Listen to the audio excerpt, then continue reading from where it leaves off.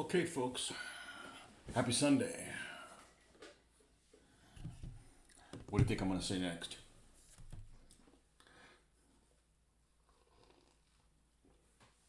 I just forget what the hell was going to happen. I only had one sip of coffee. So let's get back to where we left off. That's what I always say. One of these days we're just going to wake up and do something totally different. We got her building a puzzle or some shit. Is there somebody who has a YouTube channel where they build puzzles? I bet that's like watching paint dry.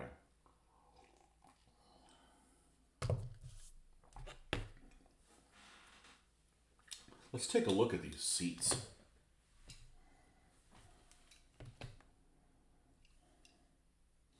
That one looks good. That one's a little sloppy. We can fix that one up. Likewise. All right, let's fix these two up with these colors, which of course I put away. But I'm really good at finding out which one it is. I believe this is buff. One thing I don't have much of a fear of is being able to replicate the same color again. Yeah, I think it was going to be the beige one, but we ended up not doing that.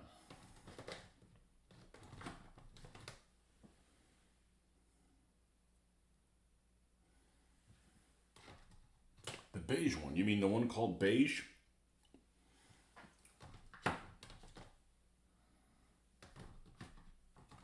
You have more creative names with them. Maybe that's why Games Workshop has so many weird names. Agrax Earthshade. Well, if I ever go to the planet Agrax, I know what it looks like.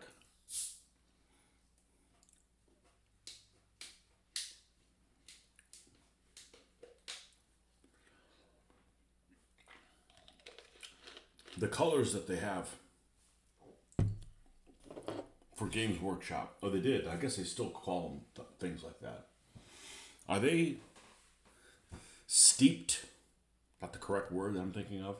Steeped in the Games Workshop fluff lore? I bet they are. I don't have a whole lot of the colors, but I mean, the old colors were more basic sounding, right? What we got here? Fiery orange. Everybody knows what fiery is. Ultramarines blue. Well, of course, that's their Space Marines with a big U. I mean, even I know that. I don't do Games Workshop stuff. What do we got here? What's this purple thing? Amethyst purple. Well, we know what amethysts are. Okay, so these are not that artsy. Bubonic brown. Okay. If you got the bubonic plague, I think you throw up really dark brown stuff. Not this color, but what's this? Nauseating blue. Well, I would not call this nauseating blue because it's actually a really pretty color. You know, I don't want my house painted as this. I don't want to drive a vehicle this color. It reminds me, I recently woke up in I had breakfast, so 30 minutes ago. And I couldn't wait. Good morning, Harvey. I couldn't wait to wake up because I had one of those dreams that was just like, I was exhausted. I was exhausted about the dream. And the crux of the problem in the dream was I had just, it's funny how there's things that are in dreams that are totally made up. And then there's things that are just, they have steeped, again, reality. What, we're steeping twice? Sounds like I need to go have some tea. I don't have any. I do like tea, I just don't like it hot. I love the taste of tea. English tea, even at that. I know somebody's going to bring up Yorkshire tea. I've never had it. Or maybe I've had it and didn't realize it was Yorkshire tea. Well, anyways, the plot of this dream was my current car, which has been my current car for 3 years now. I recently, because of the way the economic situation is, I decided to buy my Well, I'm not going to buy any more Games Workshop products with that attitude. I decided to buy out my lease, which means, you know, continue purchasing it. I've been pretty happy with it, and the prices of vehicles here in the United States and probably all over the world are just absurd. I was at a park. No, I was parked at work. I knew it was work, but it wasn't. It didn't look like what work looks like. And somebody had dropped a bunch of paint on several of the vehicles. The paint color was not too dissimilar to this fiery orange, except it wasn't Games Workshop paint. It was enamel thick stuff, like you pour like if it came out of like a 5-gallon bucket, right? And actually, not unlike Jackson Pollock painting, and it was the entire car, like you couldn't see out of the windshield. And I'm just like aghast, like who would do this? I just, you know, took over the paint. They're not going to be able to fix this, you know. And another coworker, it happened to him as well, and he's like, I don't have a clue what it was. Well, come to find out, he was actually hiding somebody who was the guilty party, and then they came up front, and I was like, I'm ready to call the police. I'm going to start, you know, shooting people in kneecaps, find out who the hell it was. But that's how it was. And the police shut the whole area down. It was just weird. I'm like, I gotta get out of here. I gotta get out of the street. I'm getting freaking angry, you know. My boss didn't want to do an investigation. I said, I'll fucking quit right now. I don't give a shit. And find out who did this, and we're gonna take it out on them. Anyhow, exhausted, so I had to have coffee this morning. But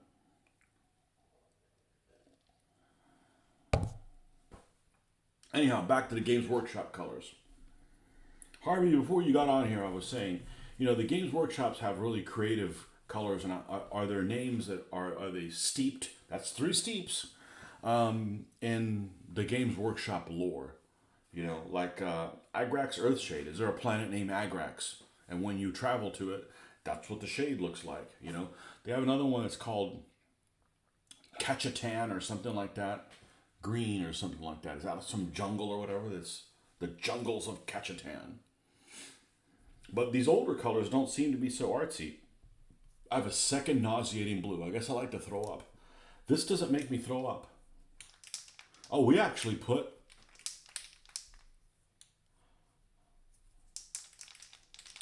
some mixing balls in there. Hey, we gave Games Workshop some balls. We put some in there. I have two cans, 2 pots of Shadow Gray. One's not even open yet. If I'm labeling a color Shadow Gray, it's going to be a lot darker than this. This is a really lame shadow.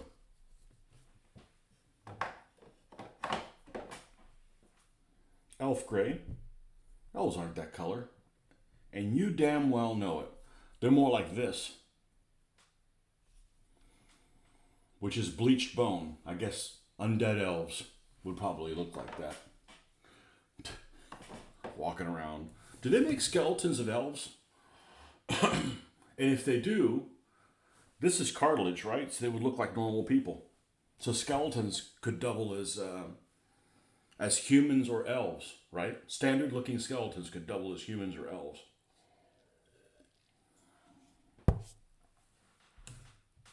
Goblin green. Why isn't it called orc green? Games Workshop's orcs are the same color. This is a really pretty green. Dark Angels green. We got Dark Angels and Ultramarines, okay?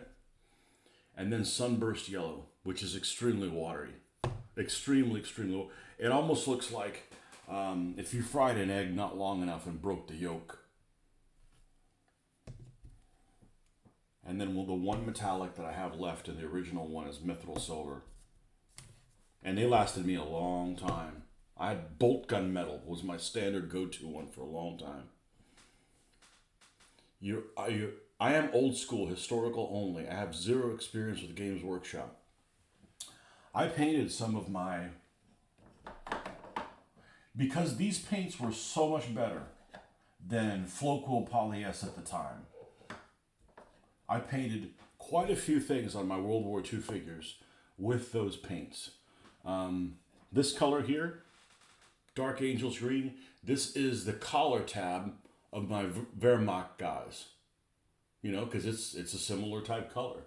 What else? The brown one finally died, but their brown I used for all the rifles, and they look freaking great. I don't know where the hell my figures are right now, but they look. It was a color similar to this one.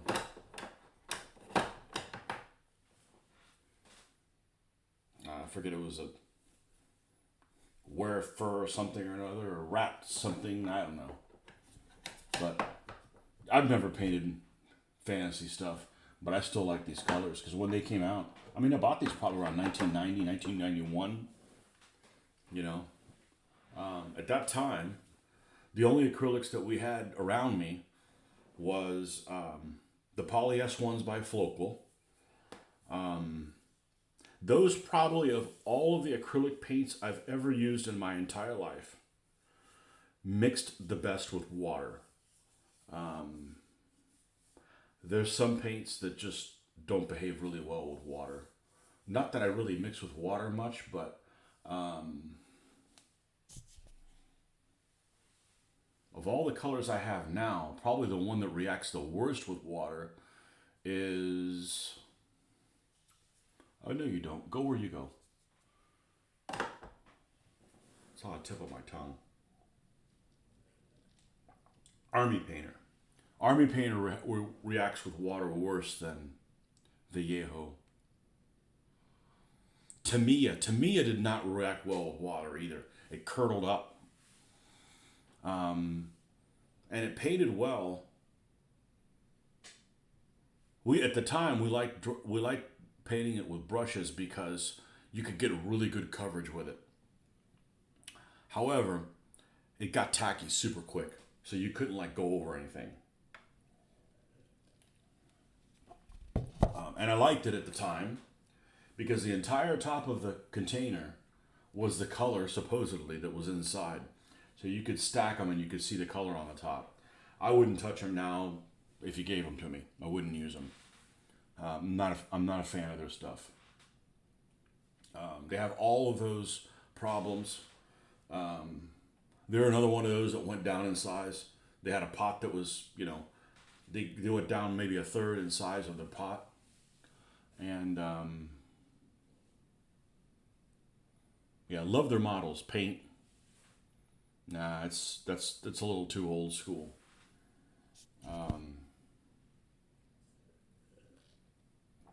I had some Howard Hughes. They died real quick.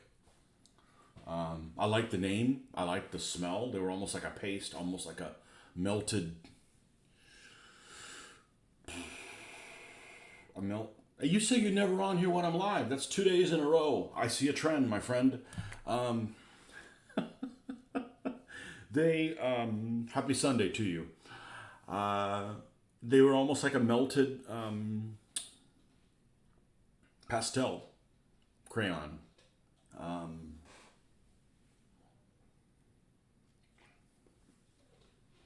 They didn't last. But I still have the original Games Workshop ones. The few that are left. I probably had another 6 or so. Some of these, like these purples, I think they were handed to me by somebody else. Like I had a Shadow Gray and somebody else gave me another one. That's the only reason I would have had 2.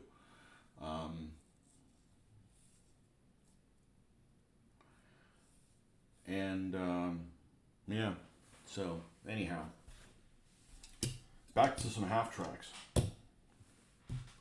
My morning ramble there.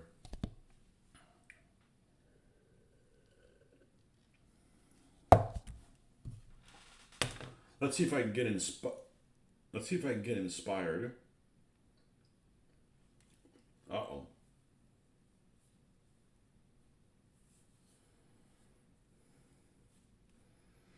Oh, I got a comment on this.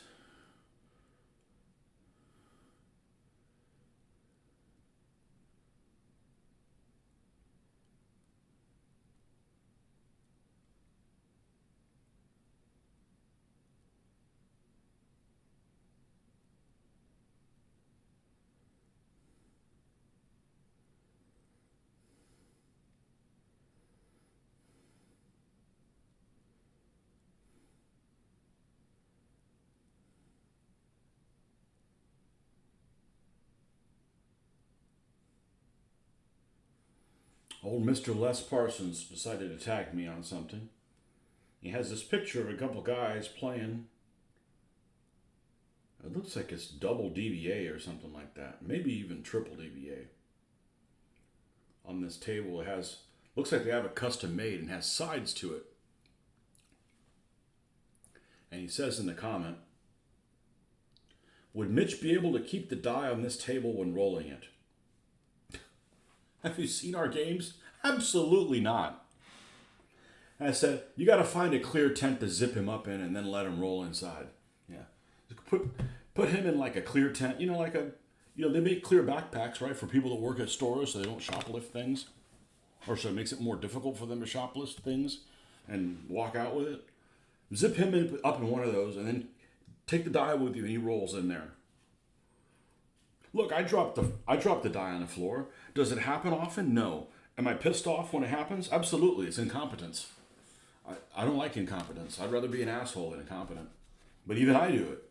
But I certainly don't do it 3 times in a row. I've seen that. And I had a friend of mine like that a long time ago that was that same way.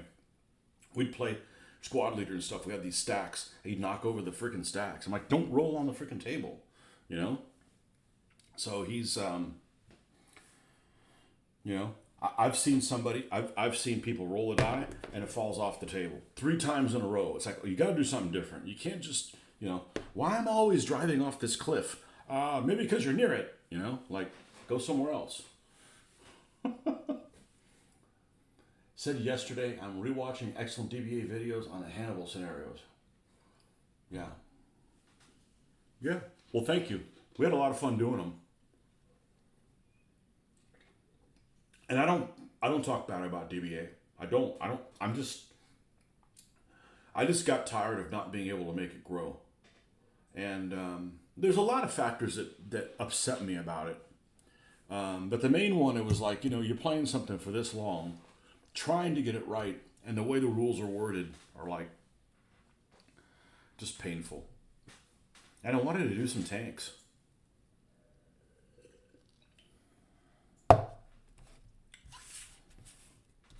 So, but I don't talk trash about DBA. There's nothing. I certainly don't talk trash about Phil Barker. No, he did not pay me to do this. To say that. No. I may play this game and nobody likes this game except me. But the difference with this and not playing a tournament is, let's say I play these rules that I like 90%. I don't like 10. I can change the 10% to whatever the hell I like. And if you don't like him, I won't invite you to my house to play. That's the difference. I'm not stuck with having to play some rule because it doesn't appeal to the way that I want it to be, but yet I'm forced to be tortured by continuing to play it that way.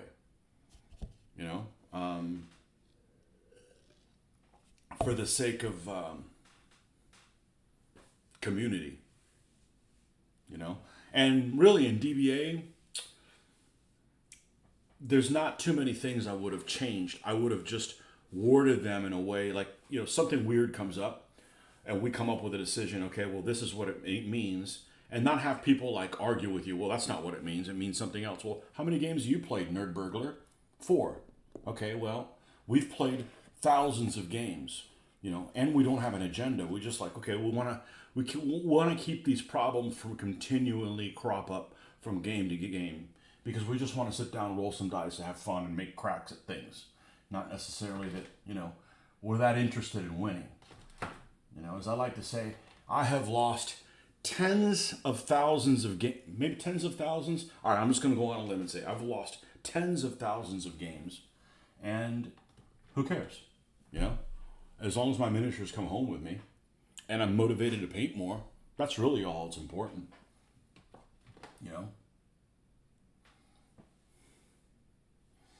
I don't need to win a game. There's Mr. Buff.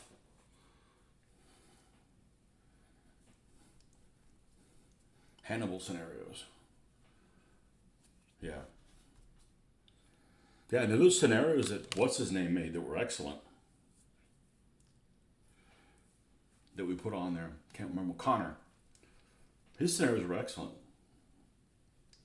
I'm just if I have a gripe about DBA, it's I want a game that has a little bit more flavor.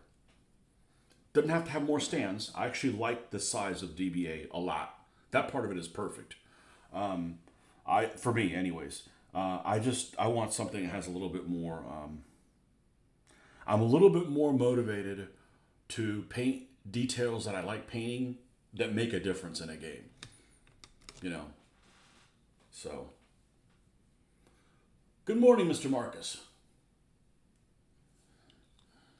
Yeah. The DBA games, I may never play DBA again, and that's really likely to happen, especially because I'm a man of my word, unlike a lot of people. When I say I'm not going to do something and I end up doing it, somebody's holding a gun to my head. And I don't live in an area where people hold guns to my head. It's the South. If somebody's holding a gun to your head, you're holding one to them too. But so I don't like to say I'm going to do A and then do B. I don't like to say, hey, I'll be on tomorrow morning, and then I'm not. Because something happened that was against my wishes. I have many faults, but that's not one of them. That's not one of them. And, you know, a lot of people would say, hey, I'm going to show up for a game. And I'm not talking about my regular players. I'm certainly not talking about Mitch. Mitch is extremely dependable, and I value that immensely. He's very predictable. I value that immensely. I'd like to think I'm the same way. But, you know, these new players, there'll be like some new guy that comes in, hey, I want to get into DBA. Where are you in? Oh, I'm living in the Tampa area. Cool. Well, we have this convention in Orlando that happens twice a year. Oh, I'll be right there. I said, I'll teach you everything I know. And then they don't show up. You know, or they live in the same town the convention's held in, and they don't show up again. And it's like, that kind of stuff just takes the wind out of my sails. Like, why should I bend over backward to teach you the rule that you're not willing to show up for? You know what I mean? It's just, and that has happened probably 16 times. You know? Because I have an attitude like, I want you to be the best player I can and give you all the secrets so that when I play you, I'm challenged. You know, it's like the guy that goes to the gym, he's not like, oh man, I can bench 300 pounds. Well, cool. Let me just, since I know I can bench 300 pounds, I'm good. Let me practice by benching 50. No, you need to keep pushing up your limit so you're always being challenged. A lot of people don't do that. I know some players that are really, really smart and they don't want to give any of their secrets away so that they seem like gods to other people. Well, if you're playing a game and you have no chance of winning, who the hell wants to keep playing that game? I've been there. We've all been there. We've all started playing a game and we're like, I don't know what the fuck I'm doing. And nobody's going to help you out. I'll go do something else. You know?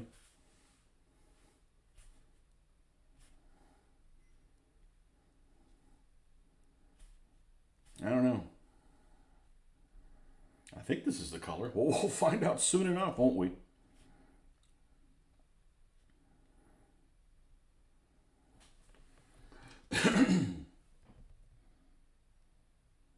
This is her. Now, one thing you got to do is if you add this, what do you call this? The flow aid. Sometimes if you have not enough pigment and too much flow aid, it doesn't work either. So, and I can't explain that. You just got to do it. You just got to do it. You just got to experience it.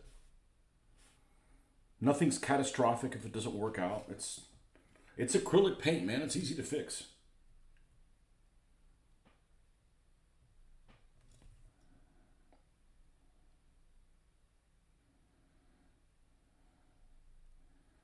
And this is what I talk about. I couldn't have continued doing DBA in this because this takes a lot of time, and I'm okay with that, you know? But there's not enough time and interest to do both. And although DBA is a good game, it doesn't always present a narrative that's super interesting. When you're talking about skirmish World War II, there's a story that is developing, whether you want to or not. There's a story that's developing. Well, this guy ended up going around the corner of a building and he threw a grenade. The grenade didn't land where he wanted to, it landed somewhere else. And somebody else saw it and they got out of the way and actually blew up something they didn't. And the other guys ended up jamming his gun and he went in there and started to swinging at the guy because there was somebody too close. And then he missed. And then, and it just, there's like this tactical story that a novel that is being developed beyond, in front of your very eyes. And that's what I'm interested in. I want to, the whole random activation in individual people is it's the fighting scene in Saving Private Ryan in slow motion. That's what it is. That's what I want to see.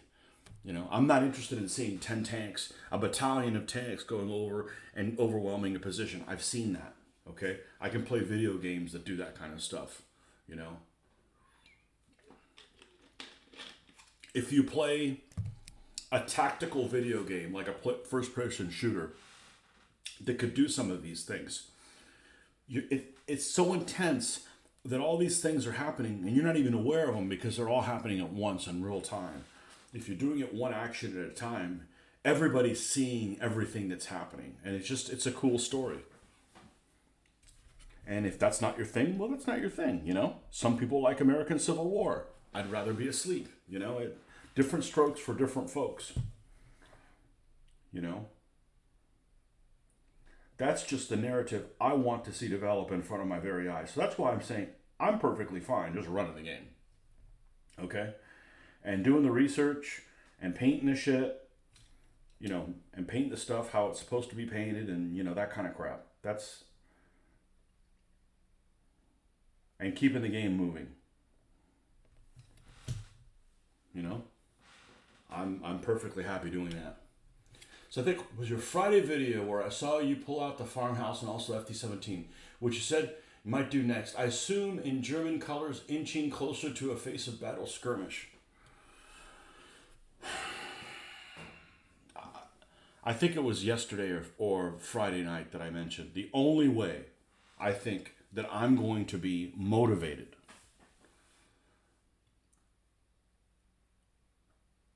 to learn how to play the rules. And what I mean by learn how to play the rules is go with them over and over again so that when people show up, it's not a clunky thing that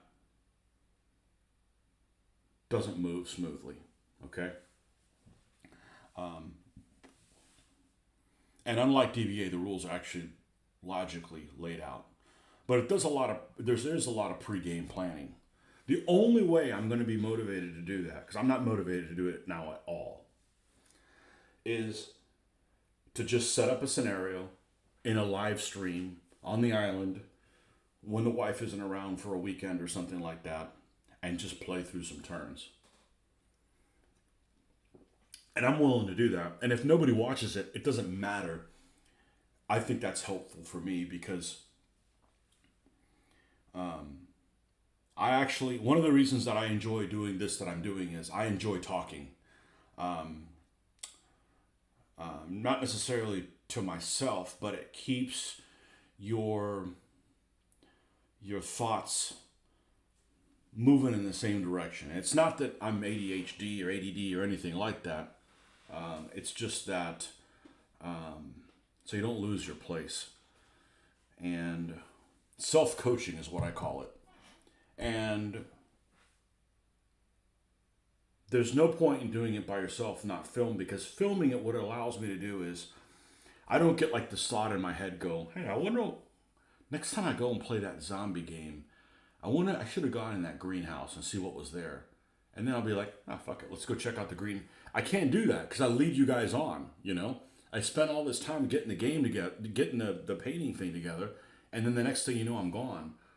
This forces me to stay on for,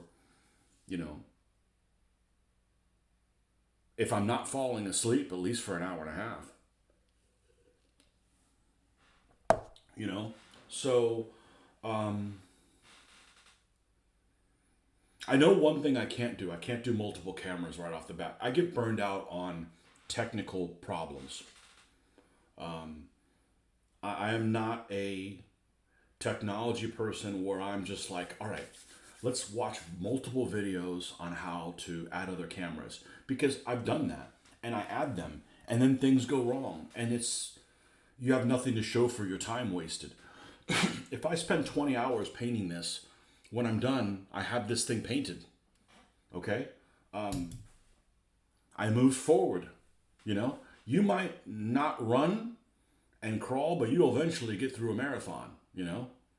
And I'm okay with that. What I'm not okay with is, you know, you spend 10 hours on something and because it's electronic, poof, and you have nothing to show for it. And you've been frustrated the whole time. That's like, I don't want to do that, you know? Would love it if there's enough warning. Maybe I could even visit. Never mentioned you. I was working some real estate projects near Jacksonville. That'd be a great place for you to live. If you do move to Jacksonville, please contact me so I can tell you where not to live in Jacksonville. There's some rough areas in Jacksonville. And Jacksonville's actually not too bad as far as hurricanes. Things tend to not get destroyed there. There's certain parts of Florida that are just more... I know, it's 6 o'clock. Oh, it makes me feel like a ballerina. There's some ringtones that are like, you know, apocalyptic. I'm like, well, you don't want those things on there. Jacksonville's actually not a bad area for hurricanes, for avoiding hurricanes. We're in the best area. Knock on wood. You know, I've lived here since 1981, this area, and they just don't come here. And if they do, they lose so much steam by the time they get to us. But there's other areas that are just like constantly hammered. My business partner is the former police chief and was in the force for 35 years. There's areas of Jacksonville that were bad. There's areas of Jacksonville that was good. My dad, the reason we came to this area, all right, let me think about what I'm going to do next, and then I can talk my own ear off. Let's finish these. Let's redo these seats here. My dad, we came here because he got a job as a professor for civil engineering at the University of Florida in 80 or 81. That's why we came to this area. And he got tired with the politics about 4 or 5 years. So he ended up starting commuting to Jacksonville, which is about an hour and a half from us. So what he'd do is he had a little apartment in Jacksonville, in an area that was kind of up and coming in Jacksonville. A little 1-bedroom. And he would go there, he'd go to work on Mondays and Monday mornings. And he would stay there Monday, Tuesday, Wednesday, Thursday. And either he would come back on Friday and spend the weekend here and do it again, or he would stay up there, and my mom and I and my brother would go up there and meet him up there. So, you know, of course, I would do a tour of the hobby stores, find out all that stuff. And we did that for about 4 years. We did that about 4 years, and then the company he was working for, I think he told me, half of it was making money and half of it wasn't. So it kind of folded. He kind of went in with like the owner of the company and kind of, he wasn't really an owner, but he was like one of the people that kind of tied everything together. But he was off on his own. He's almost like a consulting type of guy. So I got to know Jacksonville pretty well. That up and coming area of Jacksonville since then has turned into a slum. And I don't know, 1990, is that really that long ago? I guess it is, 30 years. When I hear 1990, I remember 1990 really, really well. What was that, 18? You know, I remember really, really well. You can't go to that part of Jacksonville now without, you know, it's bad. And living in the town that I live in, there hasn't been that much progression into places that are... Jacksonville's done that many times. There'll be an area that's like new, and then 10 years later, it's shitty because they built something new, and everybody gravitates towards the new stuff and leave the other one. And that's happened 3 or 4 times in different areas in Jacksonville. But Jacksonville's very, very big. There's all kinds of problems that, you know, I wouldn't want to live in, but But it's fine other than that. Other than there's, you know, there's kind of violence that I'm really not. I'm not a big city person, you know. This is actually north. But Stark. Oh, I know where Stark is. Yeah. I know where Stark is. Yep. Okay. Yeah, Stark is one of those towns that was really busy. They built US 301. Everything went through there, and then they just put in a bypass. So if you're running US 301 from, you know, Gainesville, you actually have to connect through another road, but from Gainesville to Jacksonville, you would pass through Stark, and they just put a bypass around it because there's a lot of traffic lights in Stark, and yeah, that's very close by.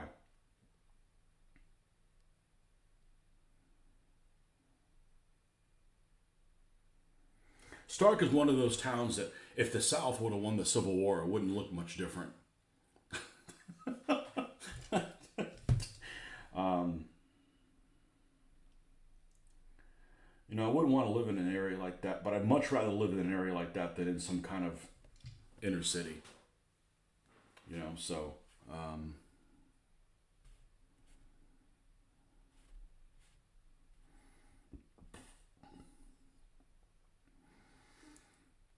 I got to figure out what I'm doing before I lead other people on. And they'll be like, Tony, this game sucks. I'm like, it doesn't. I'm not familiar with it. So, um, but I think what I said yesterday, and had a French friend that came by, a friendly Frenchman, and reminded me that I had painted those cool maquis. And that's, oh, here we go. This is what we're doing.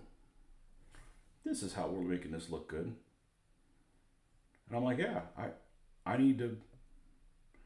I keep obsessing about these scenarios that are already made because I'm worried about balance, and I just don't need to worry about the scenario being balanced. I'm not saying that it needs to be some kind of an uphill battle. It doesn't need to be Tomb of Horrors.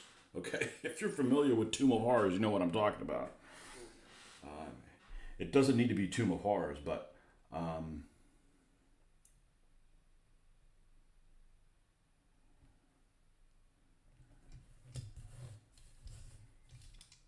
I said before, there's this one scenario in the Red Guards at Kursk book from Skirmish Campaigns. And the Soviets, the Soviets have two T-34s, each with a squad of infantry on them, and they have to get across the board. That's it. That's all they have to do. On the other side of the board, there's about a squad, half a squad of American, what?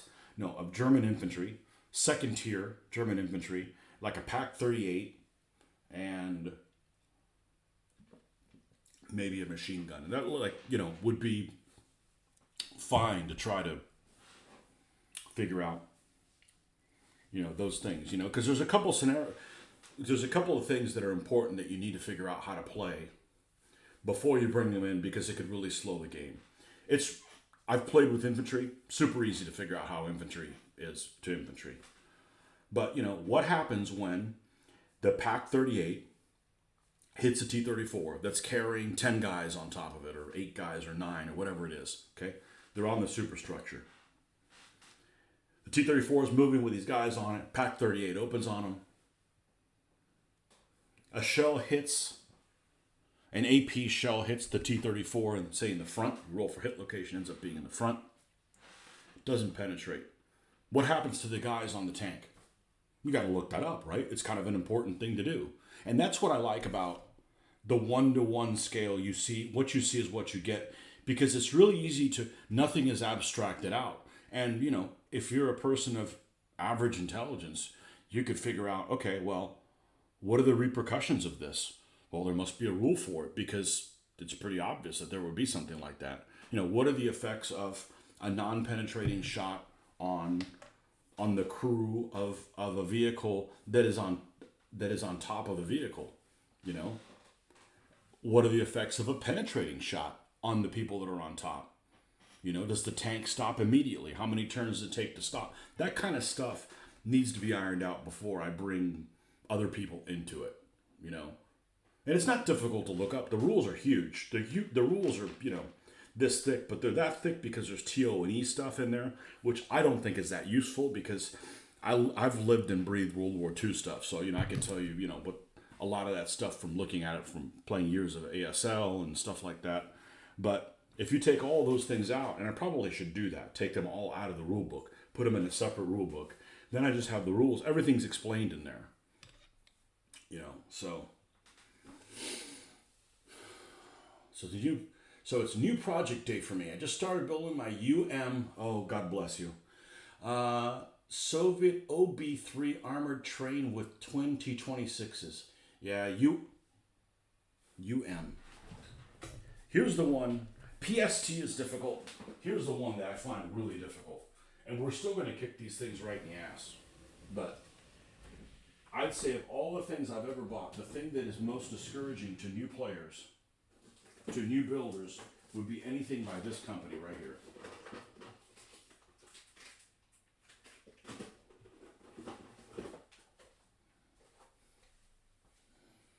There's no way to put it. These kits are motherfuckers, okay? They're extremely detailed, and they got photo etch parts, and this is the most difficult thing I've ever had to try to put together with. And part of it has to do with, you know, I can't just use weld cement, you know. But we're still going to finish these. But that's probably the most difficult kit I have. That's equivalent to back in the day when you would get, hey, I want a model of a Yak-3, you know, Soviet fighter. Well, we don't make that one, but they make it in vacuum form. Remember vacuum form? You got to be a sadist to do one of those things. Yeah, I think the photo etch parts are actually. So here's the thing about photo etch that I learned. They're actually really durable because you can bend them multiple times and they won't break generally. The thing is that. You know, what do you glue them to the tank with? Like, let's say you've got a fender that is photo etch. Okay, how do you glue it to the tank? The problem is a lot of the times it's not a Tamiya kit where you've got this ledge, you know, like on the side of the plastic tank. It gives you like a little ledge that the photo etch hooks up to, and so it's got some support. Sometimes it's just floating out there. You've got this 90-degree thing. You've got this one fender that's going into this piece of plastic like that. You know, here's like the side of the hole, and you have to stick this fender like this, and there's no support underneath it to hold it in place. It's just like a nightmare.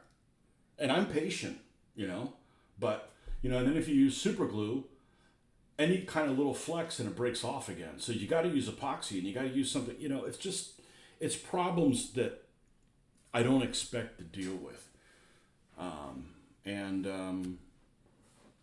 Really discouraging for new players. But it's very forgiving. Like, you don't have to worry about it cracking because it's, you know, it's photo etch, so it's got some flexibility to it.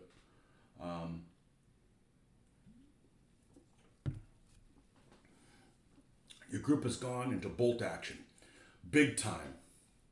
Games are okay, but for me, become too much of the same if you play repeatedly. Rules are playable but simplistic. Yeah, I don't... You know, you got really big figures, and the distances are really short. There's a set of rules that I had, and I want to say they were called Battleground. They're made by a company called Easy 8 Enterprises. If you know what that is, then you know what it is. It's a D20 system, so soft percentiles, I like to call it. And I had the rules, and they were out of print. And this one friend of mine who runs games in 28 millimeter, he uses them. He's a huge fan of them. So you got figures that are bigger than mine, but grenades only go, like, you only throw them this far away. So you've got some real compression in the game, which is okay until you're like playing in a building. And then, you know, a house that's this big, if the rules are compressed, it's really a house that's way too big. I'd rather not have that. I'd rather not play that kind of a game. It's the first game I saw, though, that it literally gave you a tank in the rules. Like, say it was a Sherman, and there was a silhouette of this tank in the page for it. And there was all these boxes all over it. So this wouldn't be 1, 2, 3, 4, 5, 6, 7, 8, 9, 10, 11, 12, 13, all the way to 20. So you rolled a hit and literally showed you on the tank where it hit. And obviously the effects were dependent on where you hit on the vehicle. So that was really cool. The uncool thing about it is that there were glaring errors in some of the scenarios. And when I see glaring errors in a scenario, I'm of little faith when it comes to people in like World War II stuff. If you miss like what I consider a glaring error, I'm starting to wonder like, what did you miss that I'm not taking note of? Like they had a scenario that was, you had very limited vehicles in the first set of the rules for Battleground. I think it's called Battleground. That an expansion called Panthers East. So it was all things on the Eastern Front that involved Panthers. And there's some cool scenarios. There's a scenario about recovering a Panther with a recovery vehicle and stuff like that. Things that are, would work really well for a skirmish type game. And things like that. They have a curse scenario in there that supposedly is a Prokhorovka scenario. And the SS have all these different kind of units in it, including Panthers. And the SS did not have any Panthers at Kursk. That's like a no-brainer. Like if you've done any 130, if you've ever wanted to build a Panther, if you've ever wanted to build a Panther D at Kursk, and you did the research, you would know that they didn't have any Panthers there. And I'm like, oh, that's like a fucking glaring error. And you have things like, you'll have a scenario, it's like in 1943, and they have like an Su-85. Like those things weren't around then. You just start having things like that, and I just start losing faith and that I should trust their judgment more than my own. Do your own research kind of thing. But I ended up selling them because I didn't like the condensing thing. I like that a grenade goes a grenade distance away. What you see is what you get.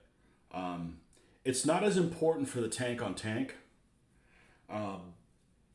but it is for the infantry. I think the infantry needs to be, because it's still an infantry-based game, for the most part. Because what happens is if you condense the game so much that, the farthest you could fire an M1 Garand is 2 feet away, but yet you can only stand the figures next to each other. Next to each other turns into 15 feet away from each other. So how do you even get in a building if the closest you could stand is 15 feet away from each other? It's just stuff like that I would rather not have in a game, Plus they're very simplistic. They're probably D6. I just, that's just not my thing, And it's a game that I think caters a little too much. It's like, we have this great idea for the game, but we need to make it simple so that people can transition from 40K. So you basically bell curve the game for 40K players, and I've never been a 40K player. So you're basically dumbing the game down for me, If you got a game like that, you're basically taking a valedictorian World War II student and you're making them play with Duplo blocks. It's like, that's not what I'm here for, I'm here for an education, damn it. But I'm probably in the minority,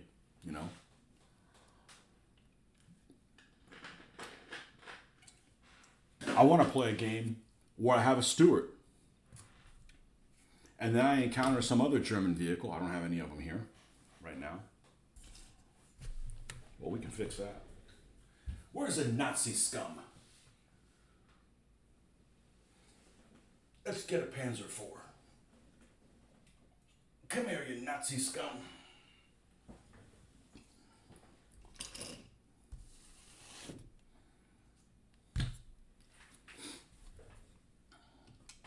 I have a feeling these Stuarts are a little undersized, the model. But anyhow, so here's your Nazi scum tank. All right? That's my way around things, It's like, I don't mind painting Germans. German stuff is cool. I got a lot of them. The way you get around them thinking you're a wereaboo is You always call them. You always say something derogatory when you're playing with fascist stuff. Don't want to be a wereaboo. They had cool kit, but hey, Allies had cool stuff too. So here you got your Panzer IV-H, okay? And I don't know if this scenario is accurate, but when you're playing as Stuart, you get to learn about the fact that this turret rotates a lot faster than this one. So you can get around behind them and stuff like that. And that's what I want to see. I want a game so tactical that has so much detail that I feel like I learn new things about the interaction of these vehicles every time I play. That's me. That's what I want to do. It may not be somebody else's jam, but I don't want to play a game where anything in the front half is the front armor. Like, no, you don't learn anything about the equipment and stuff that way that I don't already know. So that's what I want to get out of it. The camouflage actually turned out pretty good on this. And this is before I knew what the hell I was doing. Yeah. This is the Matchbox Panzer IV-H. Which I think actually run a tiny little bit big. Whatever. If they're close, it doesn't matter, Mr. Jacques, welcome. No court today, I hope. It's Sunday. Take the day off. So, anyhow, that's what I want to get out of the game, You learn more about the vehicles by playing them. You'll be like, oh, well, I want to get I want to get a Sherman because I have a fast rotating turret or something like that. The stuff that you don't normally see in a game. The reason why the Germans, when they had Panzer Gray tanks, could run circles around the Soviets because their crews had working conditions that made them be more efficient and effective, even though their tank on paper broke down more, didn't have as good armor, and didn't have as good a gun in 1941 as some of the Soviet stuff. But they were more effective. That's the kind of stuff I want to see represented in the game. If you play something that has just stats, and if it has no crew quality, God help you, you can't replicate the stuff that the Germans did in 1941, that kind of thing. So that's just me. That's what I want to do,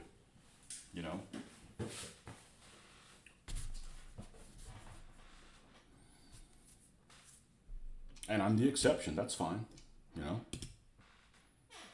I'm not trying to convert anybody. If that's not what you like, don't play the game,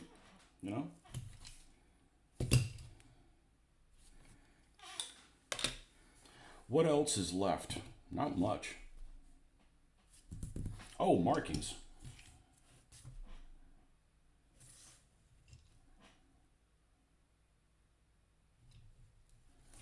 Did we end up finding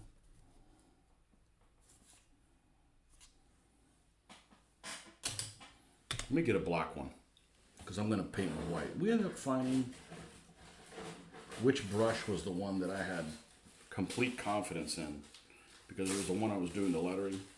I think I did towards the end. And you can wipe this stuff off and reuse this. So it's like, I'm not really trashing anything. No court today. Painting 172nd British Infantry for the Anglo... I'm guessing that's Boer War.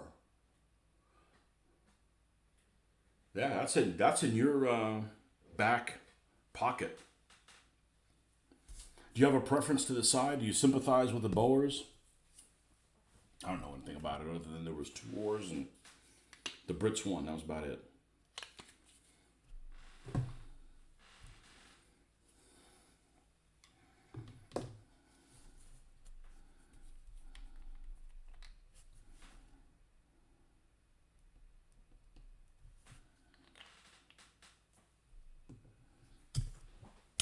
I keep saying that time period would be really good if you did like a World War One that took place before World War One actually took place, so that you could have multiple alliances. You could have the French and the Germans maybe on the same side against somebody else, but then the next battle there's something there's a different thing. There's uneasy alliances and stuff.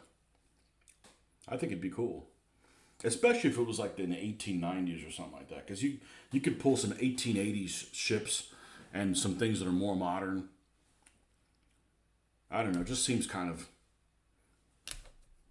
maybe it's just I want to see a battleship get rammed fetish, you know?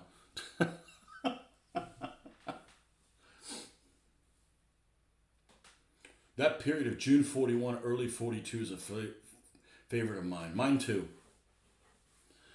You're half English and half Boer, so no. Oh, that's cool.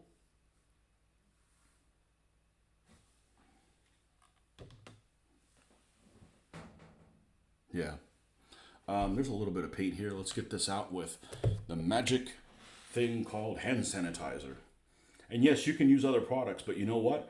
This product's in gel form, and I wouldn't have been able to do this with if it was pure liquid. You know, just put some on your hand. Your hand is cleaner, and you get all this residue paint out. Win. Yeah, I got some 1944 vehicles, but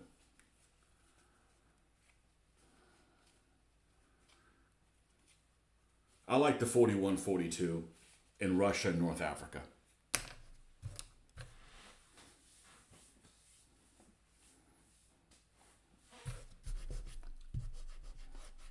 That's my favorite. You start getting stuff like that. There's, you know, the Germans aren't in control of the air. You do earlier than that, it could go both ways. You know, it's just a lot more fluid.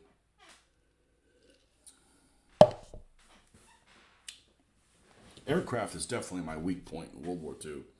I haven't played very many aircraft games. That's why.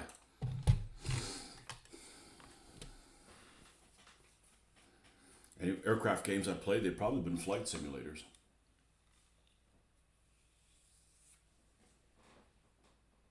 You prefer 1 September 39 to Operation Citadel. After that, meh. Okay, fair enough. Yeah, I don't like the Germans without... I got some of these ugly bastards right here. I don't like this. I don't like German tanks without the little basket in the back. It looks stupid. Looks like a bald ass baby or something like that. Just looks dumb as me. Just dumb. In Poland, they used a white cross. That's just even worse. So, if I did Poland, I'd probably... I'm actually okay with the Panzer IIs without the little thing on the back. They somehow don't bother me. But I like the Germans in gray. I don't have a problem building French or Poles. But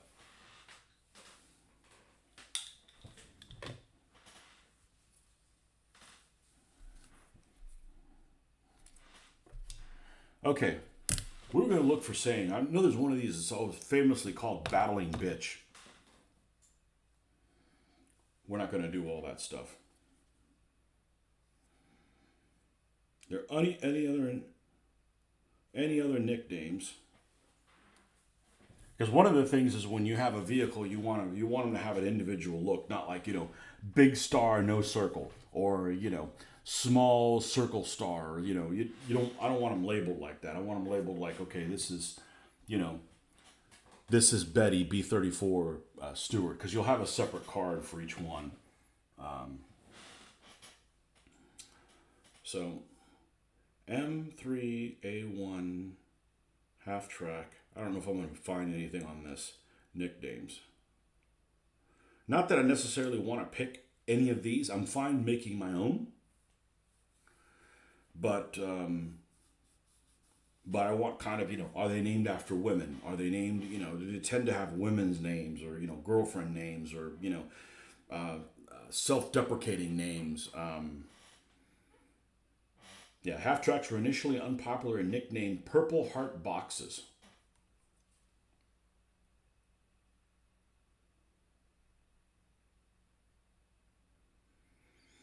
So there's one called Half Track Info.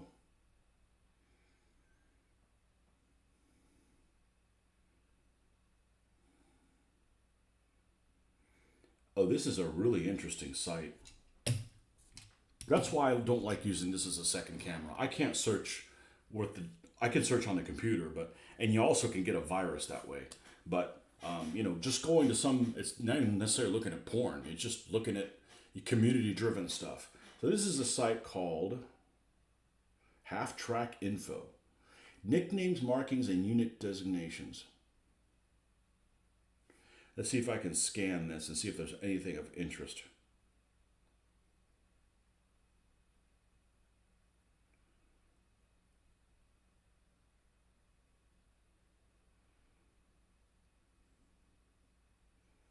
Wow, this guy's got, I don't know if this is true because it's on the internet, but how were half tracks distributed? As most know, the U.S. Army okay, I don't know this. The U.S. Army fielded 16 armored divisions to the ETO, 13 cavalry groups, each with 2 cavalry recon squadrons in the ETO. Each CRS had 26 half tracks. Each of the armored division had 1 cav recon. Man, there's a wealth of information here. There was a total of 61 separate tank battalions on the 1st of January 1945. And here it lists them all. And the internet is great for this kind of stuff.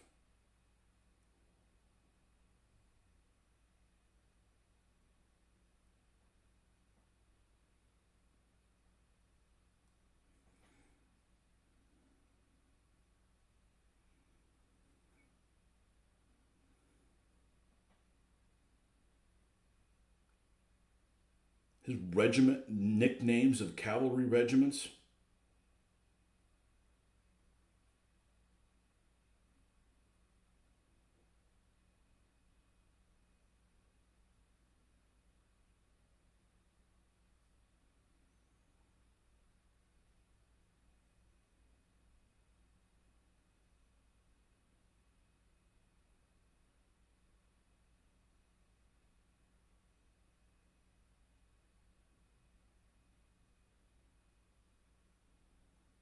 I'm doing a little research for a friend who had a relative killed while serving in the 15th Tank Battalion, 6th Armored Division. I looked up some images I came across with these photos, unit-specific markings for the 15th Tank Battalion Wolfpack. They painted that specific armored insignia on all battalion vehicles. And then it shows some pictures that they have on it. It's just like a wealth of information on here.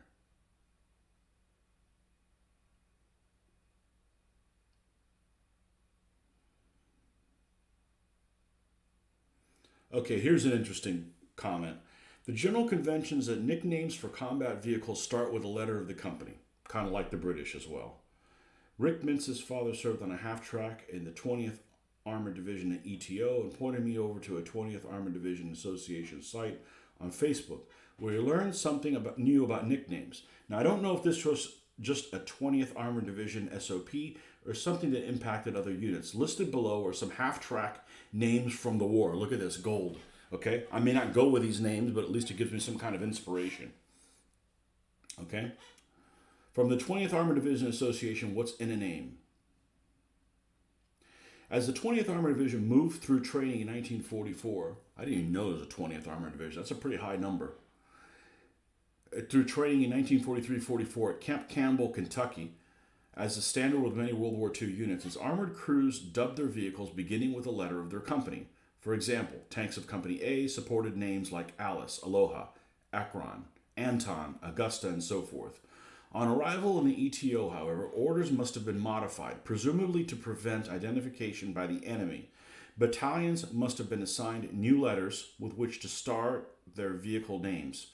So, 9th Tank Battalion starts with N. As with the 9th Tank Battalion, switch names beginning with N. First Lieutenant Harry Swafford, father of founding group member Don Swafford, the executive officer of A Company, his Sherman tank, Aggressor, was renamed Never Miss. That's a good name. Sister tanks became Nebraska, Nile, Night Prowler, Nuff Said, Nervous in the Service, and more. Charles Keith's tank's grandfather of group member David Stragline became Night and Day, and group member Doug Reeves contributes a photo of his dad, Sergeant George Reeves, in front of the command tank Nuts and Bolts. That's super cool because it also gives you what kind of names there are. You don't want to use modern technology, modern terminology for something that was from the 1940s. For instance, you don't want to be doing tea companying called tank teabagger. That shit hadn't been invented yet. Keep thinking you should paint French 1940. Probably have to go bolt actions where my opponents are at. Either that or just do things for yourself. And this article continues, which is freaking excellent. I love this kind of stuff. I wish there was like more of this kind of. This is the juicy bits that I enjoy reading about. 27th Tank Battalion, P. Appears that in the ETO, the 27th Tank Battalion adopted P as its starting letter. Documented as an eventful crossing of the Danube River on 26th of April 1945, talk about the end of the war, by Sherman tanks Pawnee and Pinto. Wow. Don't rear end that one. Don't rear end a tank named Pinto. It's really going up in flames. Group member Don Campbell Dad's tank in A Company, 1st Platoon of the 27th, changed names from Anton to Plamor. I don't know what the hell that means. PLA-MOR. 8th AIB-S, among the division's infantry battalions, armored half-tracks, here we go, of 1st Platoon, B Company, 8th AIB, I'm not sure what AIB means, Armored Infantry Battalion, okay, and which future Peanuts creator, Staff Sergeant Charles M. Sparky Schultz, served, switched to S names. Snowballs and all. Salty Baldy. Surprise! With exclamation point. And yes, Schultz owned Sparky among them. Group member Mike Pistone's dad, B Company mate, and group observer Private First Class John L. Pistone's half-track was dubbed C-Min. I guess like C, Minnesota? S-E-E space M-I-N-N. Group member Staff Sergeant Frank Mully's half-track in the 8th A Company was renamed after Boston's Scollay Square, and HQ squad of the 8th C redubbed their half-track Satan's Saints. I don't think I'd want to go into battle in a vehicle named Satan's Saints. I got a bad feeling about this, Sarge. 65th Armored Infantry Battalion, T. My dad's half-track and 2nd Platoon B Company, 6th AIB, was named Tagalong. I just recently discovered that nearby tracks also shared the letter T in the same platoon. For example, group member Mike Concole's dad's half-track was named Toots. Additionally, group member Tim Fitch's decorated dad's half-track C Company of the 65th was dubbed Tracer. Group member John Schmidt's dad, Marion, in HQ Company, half-track named after John's mom, was Teruth. Group member Marissa Martinez adds photos of her dad, Lupe. 1st Platoon A Company with half-tracks Teresa and Till Then. And brand new group member Mary Ann Dahlquist Downs adds a photo of Father Sergeant Henry Dahlquist and mates in HQ Company, adjacent half-track True Blue. Yeah, here's Satan's Saints, and this is really cool stuff. Now look where this Salty Baldy is written, all the way down here in the bottom. And of course, I'm going to hand paint these, and I know that on almost all of the U.S. vehicles they use stencils. Well, I'm sorry, they're just going to have to deal with the fact that I'm going to hand paint them, you know. Wow, that's a really cool article of stuff that, you know, war gamers and modelers care about and, you know, real people don't give a shit about. We're not real people. Wait, that's not what I said. That's not what I meant. I'll be right back. Let me get a beverage and probably use the restroom. I'll be right back. I'm not even gonna shut the feed down on the. We'll leave it on the screen. I should be back within 3 minutes.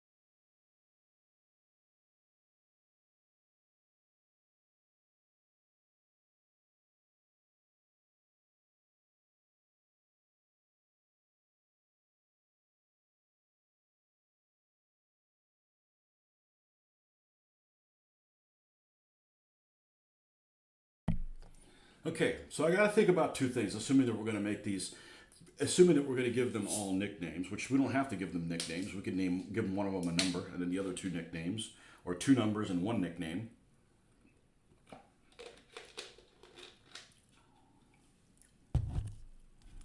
So what did we find out about this? Well, we found out about it that there was some pretty high, pretty high lettered names, meaning, A company, B company, C company, D company, A, B, C, D names. That would be logical, but these guys are talking about T's, S's, and P's and shit like that. So I just got to pick a letter, and then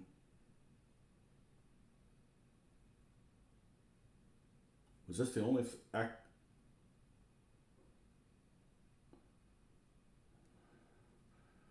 Let's see, if I save this, how do I save this on the phone? Things that aren't as easy to do on the phone. Save to favorite pages. I think I did that successfully.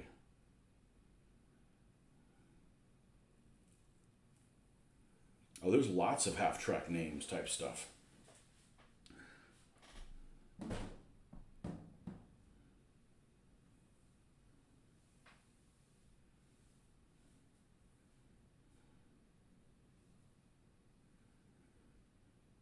This guy says, next to airplanes, it seems half-tracks got named more than any other vehicle during World War II. In all the books I've seen, it seems like half or better have a name on it.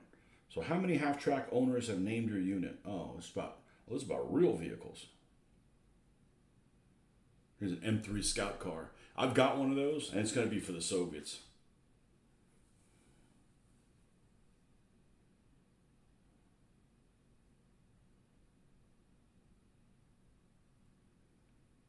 Although my half-track is still far from finished, I've been thinking what to name it. I've come to a decision of two names, either Bazooka Betty in freehand painting or Dynamite painted in stencils. That's my daydream.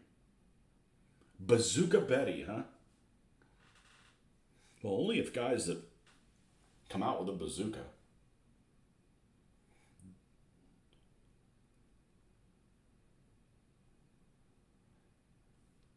The 36th Armored Infantry for the 3rd Armored Division reenactment group I belonged to has a World War II vet as a member.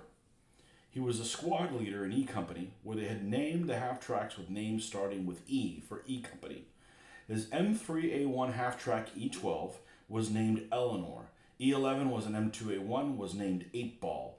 E10 was another M3A1 and named Evelyn.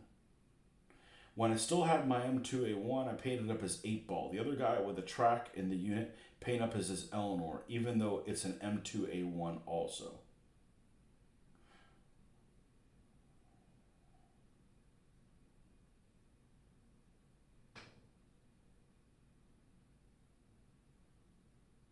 Army Motors issue 84 had an article named Vehicle Name Data File by Reg Hodgson. There are hundreds of names pulled off photos with information on what includes when, where, and who. Where's that article?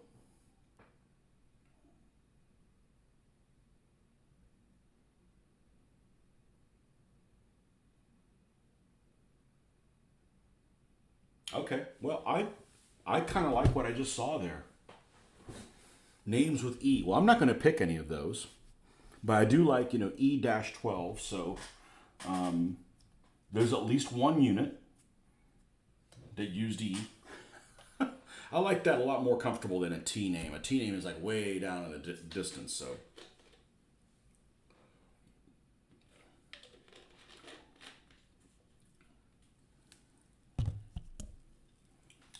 E name, Egghead. Was Egghead invented yet?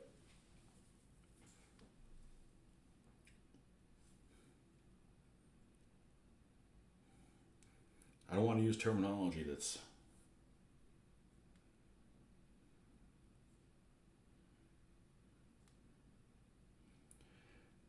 The term egghead reaches peace concurrency in the 1950s.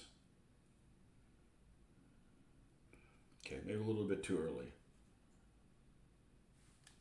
All right, let's spit out some names, name suggestions that start with a letter E.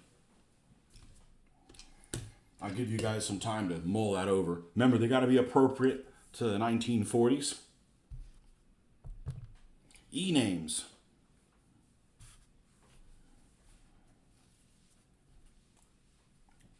Okay, so let's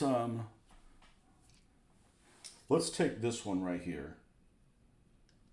And let's put some numbers on these while you guys are percolating what names. If you feel like giving me suggestions. Doesn't mean I'm going to act on them, but what the hell? We're going to do these numbers in white.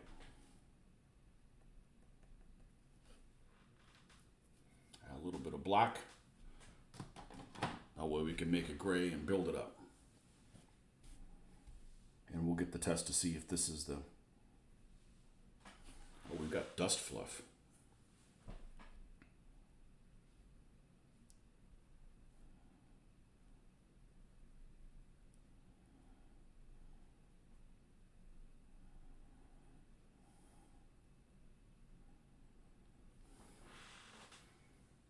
Can name one of them Earnhardt. It always gets lost.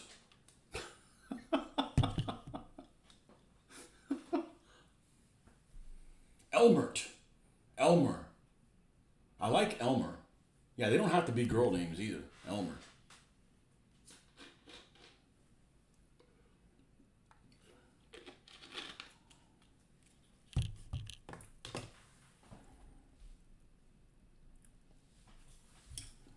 What would we put Elmer on here? I'm going to leave this open for a serial number if I decide to do that later. Let's make this one Elmer.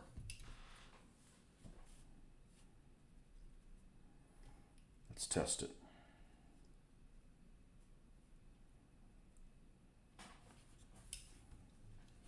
Okay. Elmer. E-L-M-E-R. R. M's in the middle, so let's start with the M. Well, let's start from this side, because we got a hard stop over here, so.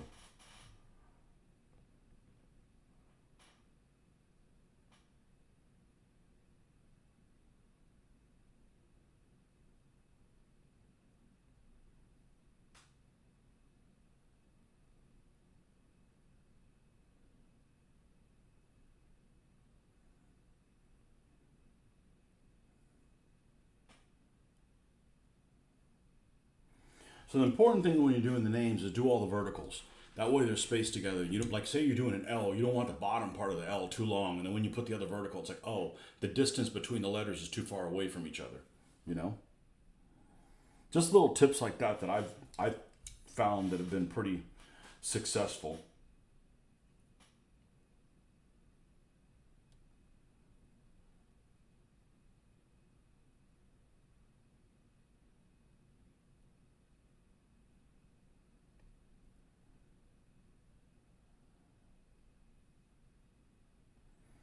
Oh, that looks fantabulous.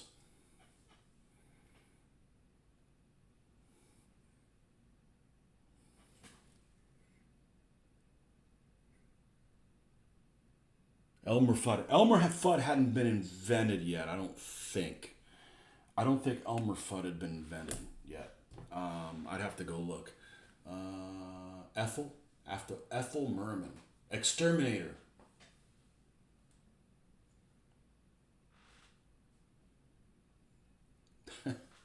You really want me to do a long one? Let's add. I kind of wish I'd just done white on here. Let's bring this up. This is what I live for. This is the kind of stuff that I like right here. Why? I feel like I could do this better than most people.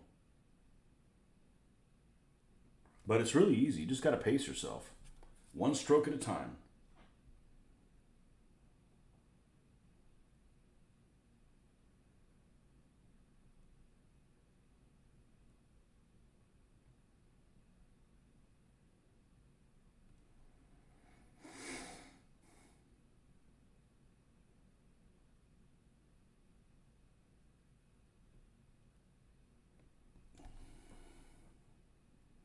Okay, I actually do like the gray underneath first because it's kind of like a sketch. All right, now we need to take a little bit of OD and clean it up because, of course, it caught a little bit on it.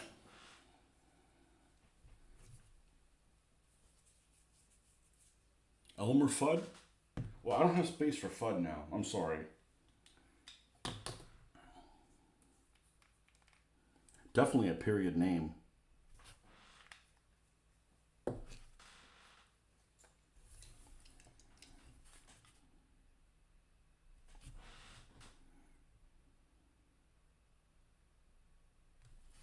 Come on.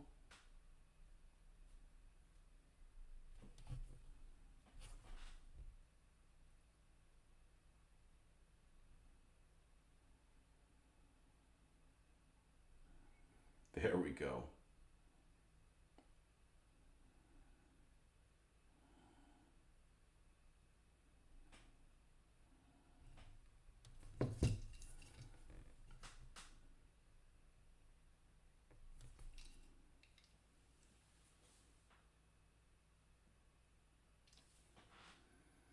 Now when we're over here, because we have a hard stop against this line,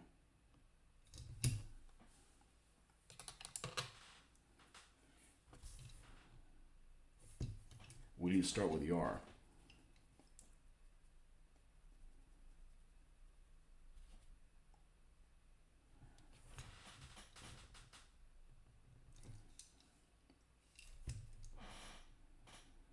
Creaky ass chair.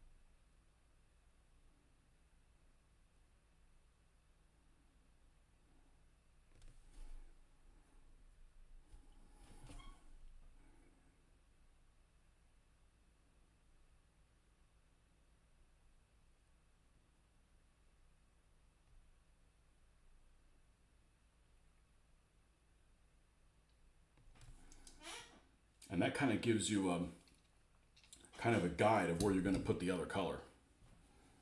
So he was like, well, why are you doing it twice? Well, it's just like when you're sketching something. You're sketching something and you're just kind of lightly doing it. And go for it, painting. Welcome. Easy ain't too obvious? Yeah. Easy sleazy. Ethel. I like Ethel.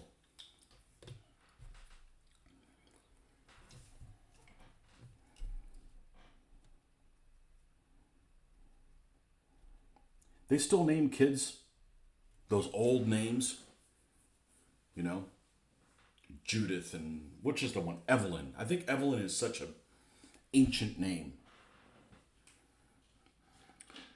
When we were looking at names for our daughter, I really liked Sophia as a name. But the problem is, I didn't want her to end up getting called Sophie. Because Sophie sounds like some old blue-haired British woman that eats crumpets, which is fine, but we're not English, you know? So we'll use that for a middle name.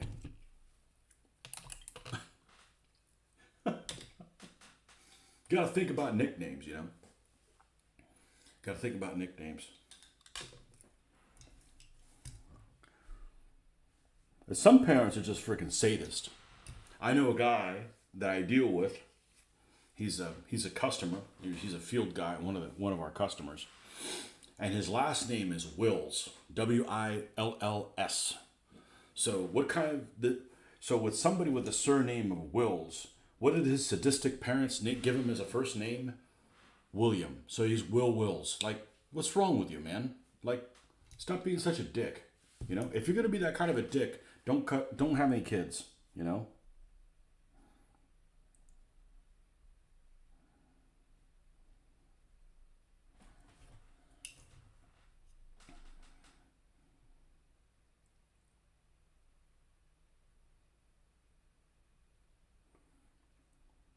Be nice to your kid. They didn't ask to be born.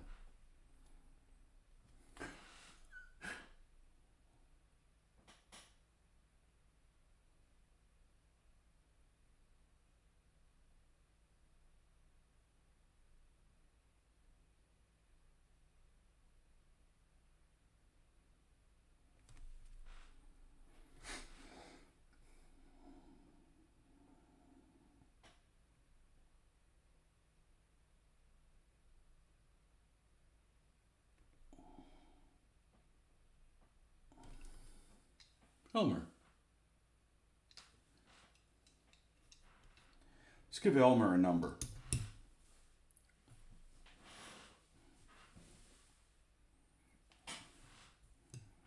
How about E13?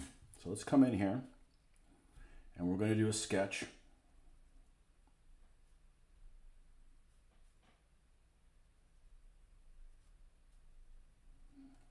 And even though we're going to make it thicker,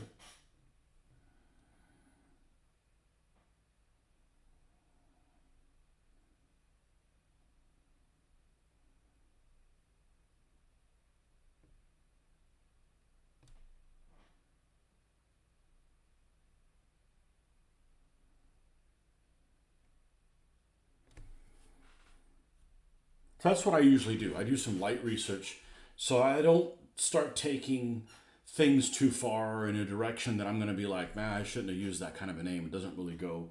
Look at some examples and go, okay, well, I want to make up my own names, but I want them to be in the same spirit as the real things.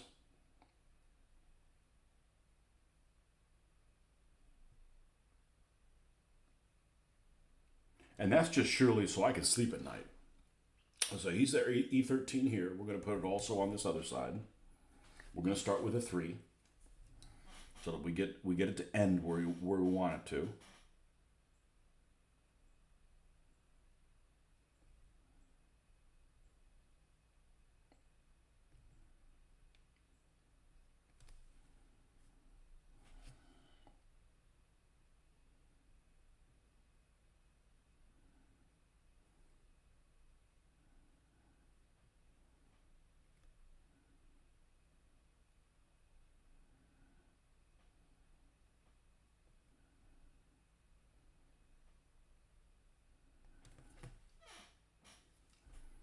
And then we'll fill both of them up. Might even put it on the back. A smaller version on the back.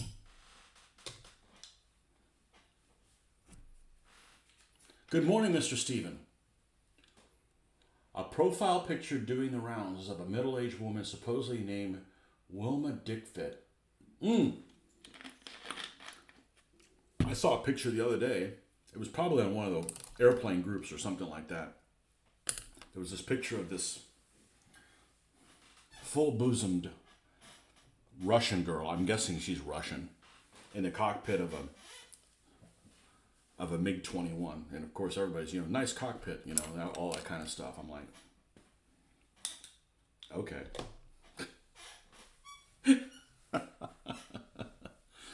Mr. Steven, good morning. I don't remember if I said that or not.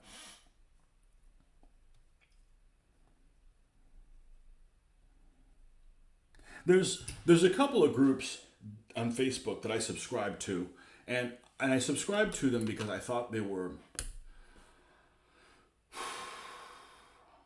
specialist groups that are,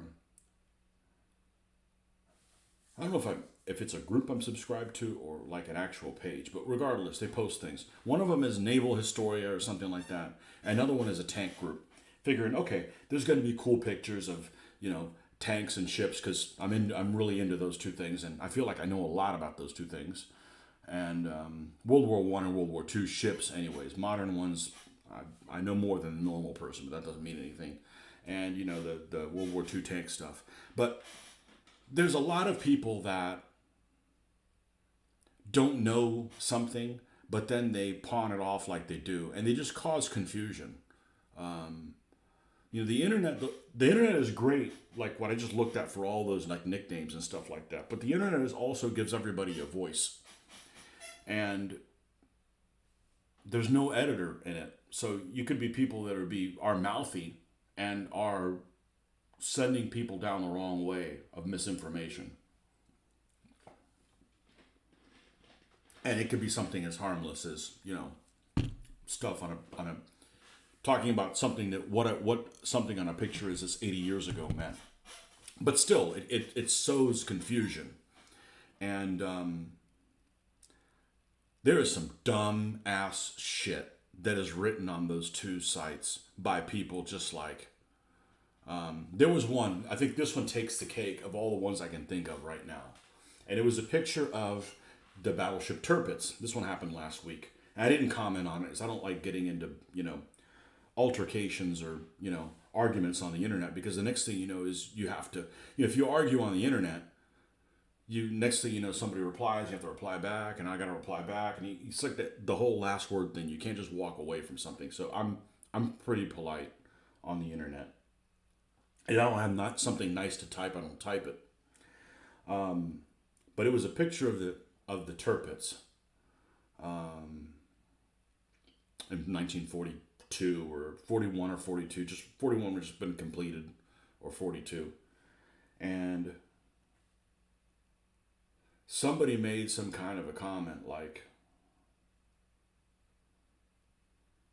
I don't even remember anymore, but it was almost kind of like, oh, wasn't she a Jutland or something like, just something like out of the blue. If you're a member of like a naval history thing, like something like that, you should just be like shunned and kicked out of the group. You're just sowing like mass confusion.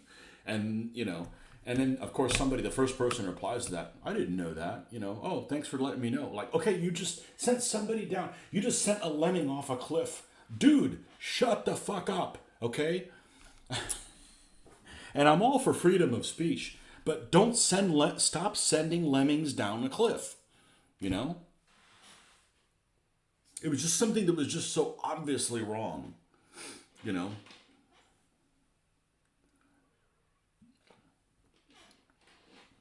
Crazy stuff like that. And that's the problem with the internet, is it gives everybody a voice, even misguided people that are just dumb, or people that literally are being nefarious. And it's just like, that's the problem I have with the internet.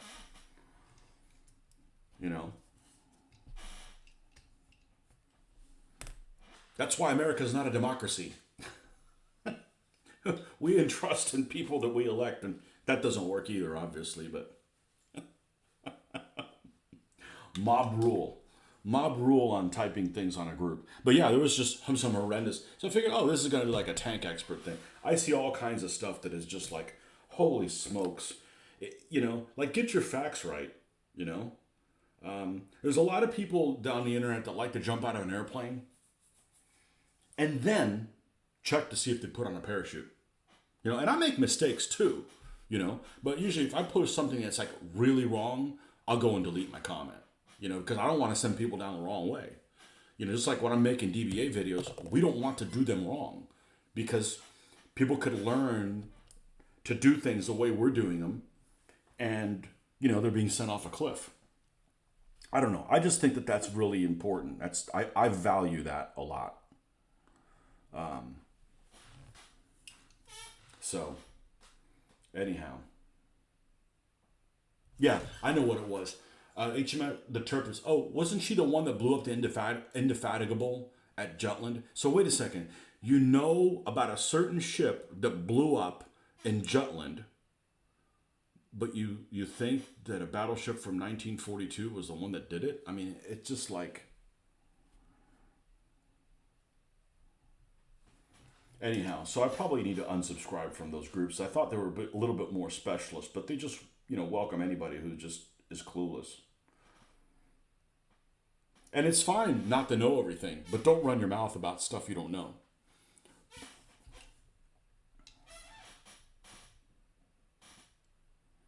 And car groups are the worst.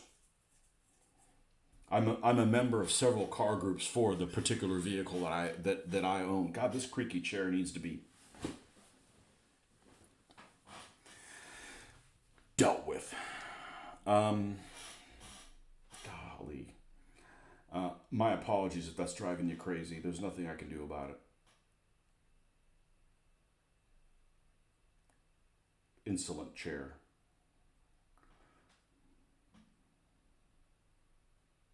But the car groups are notorious for people that don't know what the hell they're talking about. It's not just difference of opinion. There's just flat out wrong stuff. And there's extreme sarcasm in a good bit of the comments that can really send people down off a cliff.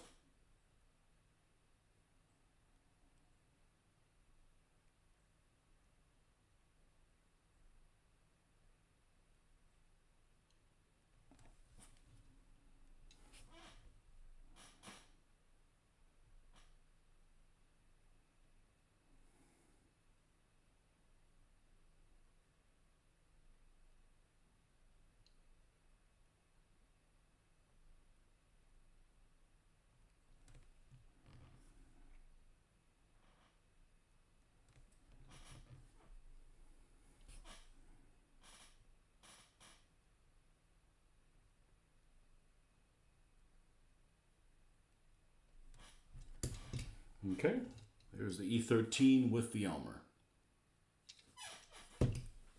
And I probably should have done this before I weathered it, but I could do a little bit of light weathering over it to kind of tie it all together. Can we get all this out of it?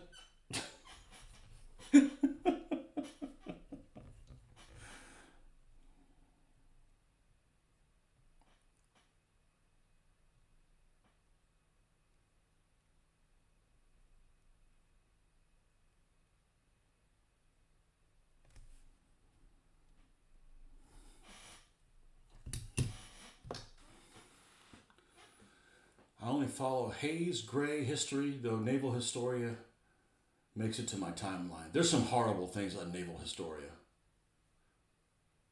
Yeah, there's nice photos, but you like the creaky chair. You sadistic person, you. Well, you're in luck. These things just don't last. We bought a new couch. We moved the house and really haven't bought any new furniture, and we've been married over 20 years. You just kind of make do with what you have, Not that we had things that were that mismatched, but we didn't have sets or anything. It's like, if we're going to do it, let's do it right. So we go and buy this couch, which is, how can I put this mildly? Extremely expensive. And we shopped around and we got one that was about $1,500 less than the one they had in the store. Anyways, it's a beautiful couch. And we take care of things. You know, you're careful when you sit down and everything. And 3 months in, 2 months in, it's already creaking. And I'm like, they just don't make things worth a damn anymore. Or maybe it's not used to carrying the weight of a full-grown man. Maybe that's what it is. But anyhow, I'm still gamer medium.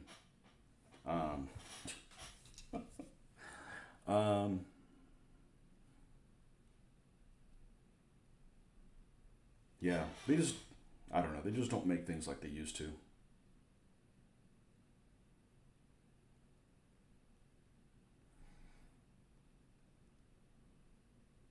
It's not this creaky. This is just absurd.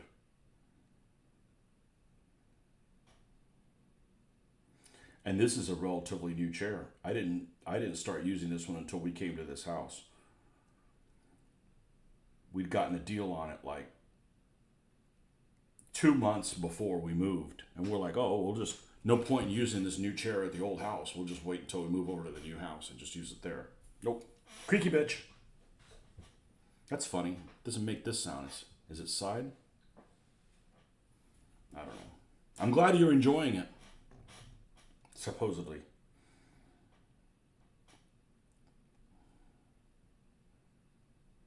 Man, I really like Tony's site. Oh, really? What do you like about it? I like seeing Mitch's feet and Tony's creaky chair. Hey. Deviants. Yeah, the Naval Historia is... There was a picture this morning of... I commented on it. There's a picture of Warspite refueling a destroyer. And I went to go make coffee and I came back. I saw a picture. I'm like, oh, I got to comment on it. Somebody already beat me to it. This guy is on the deck and he's facing away from the camera. And it looks like he ain't got any clothes on. I mean, he's, you know. If I had shown that picture to you guys, I would have commented, well, it is the Navy. But it's like, yeah, he's got no pants on. Good old Warspite. What a ship.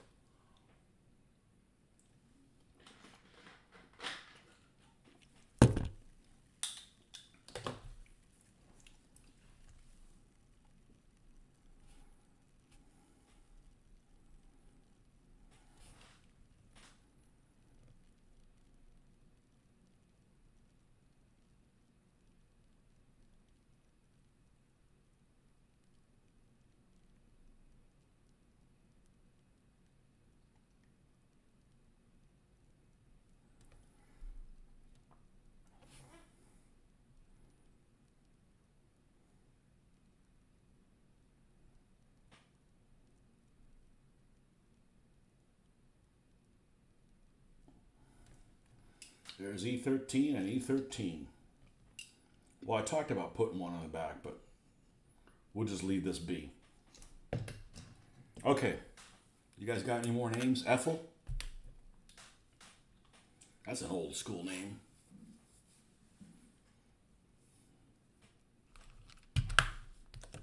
Hi, folks. Good morning, folks. I guess they are here for the freaking creaky chair.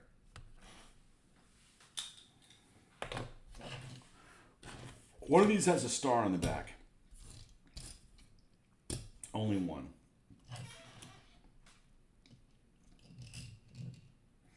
So I'm going to give one of them will not have a nickname, and it'll be this one, because this one has a nickname and no star on the back. This one has a star on the back. Might as well have a nickname. And then this one, it'll have a number or something like that. So, Ethel, huh? Let's make this one E14. No, I already have a 14. Let's do E12. I do have a 12 also, don't I? That's C12. Let's paint the Ethel part first.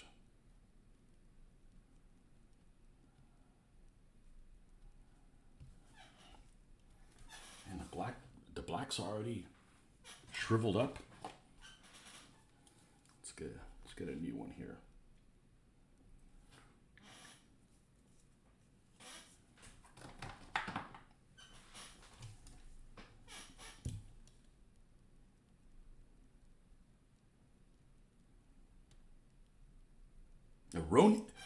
Need words that start with an E. How about erroneous bitch?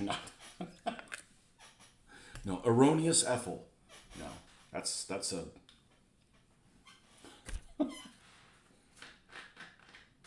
You've been watching. Welcome, Darius. We've been watching your videos while I paint my Warhammer terrain and minis.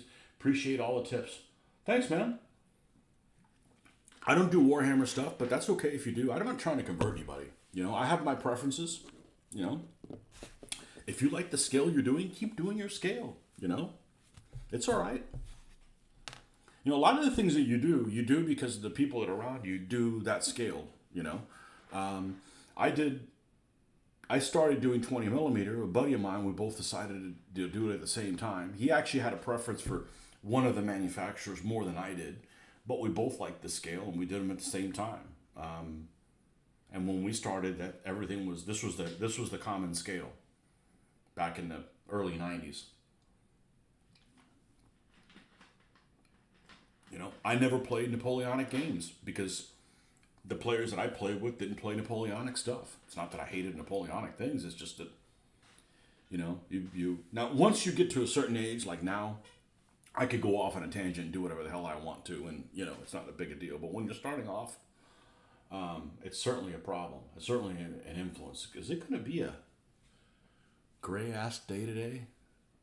This is a sunshine state. Be gone with that, you know?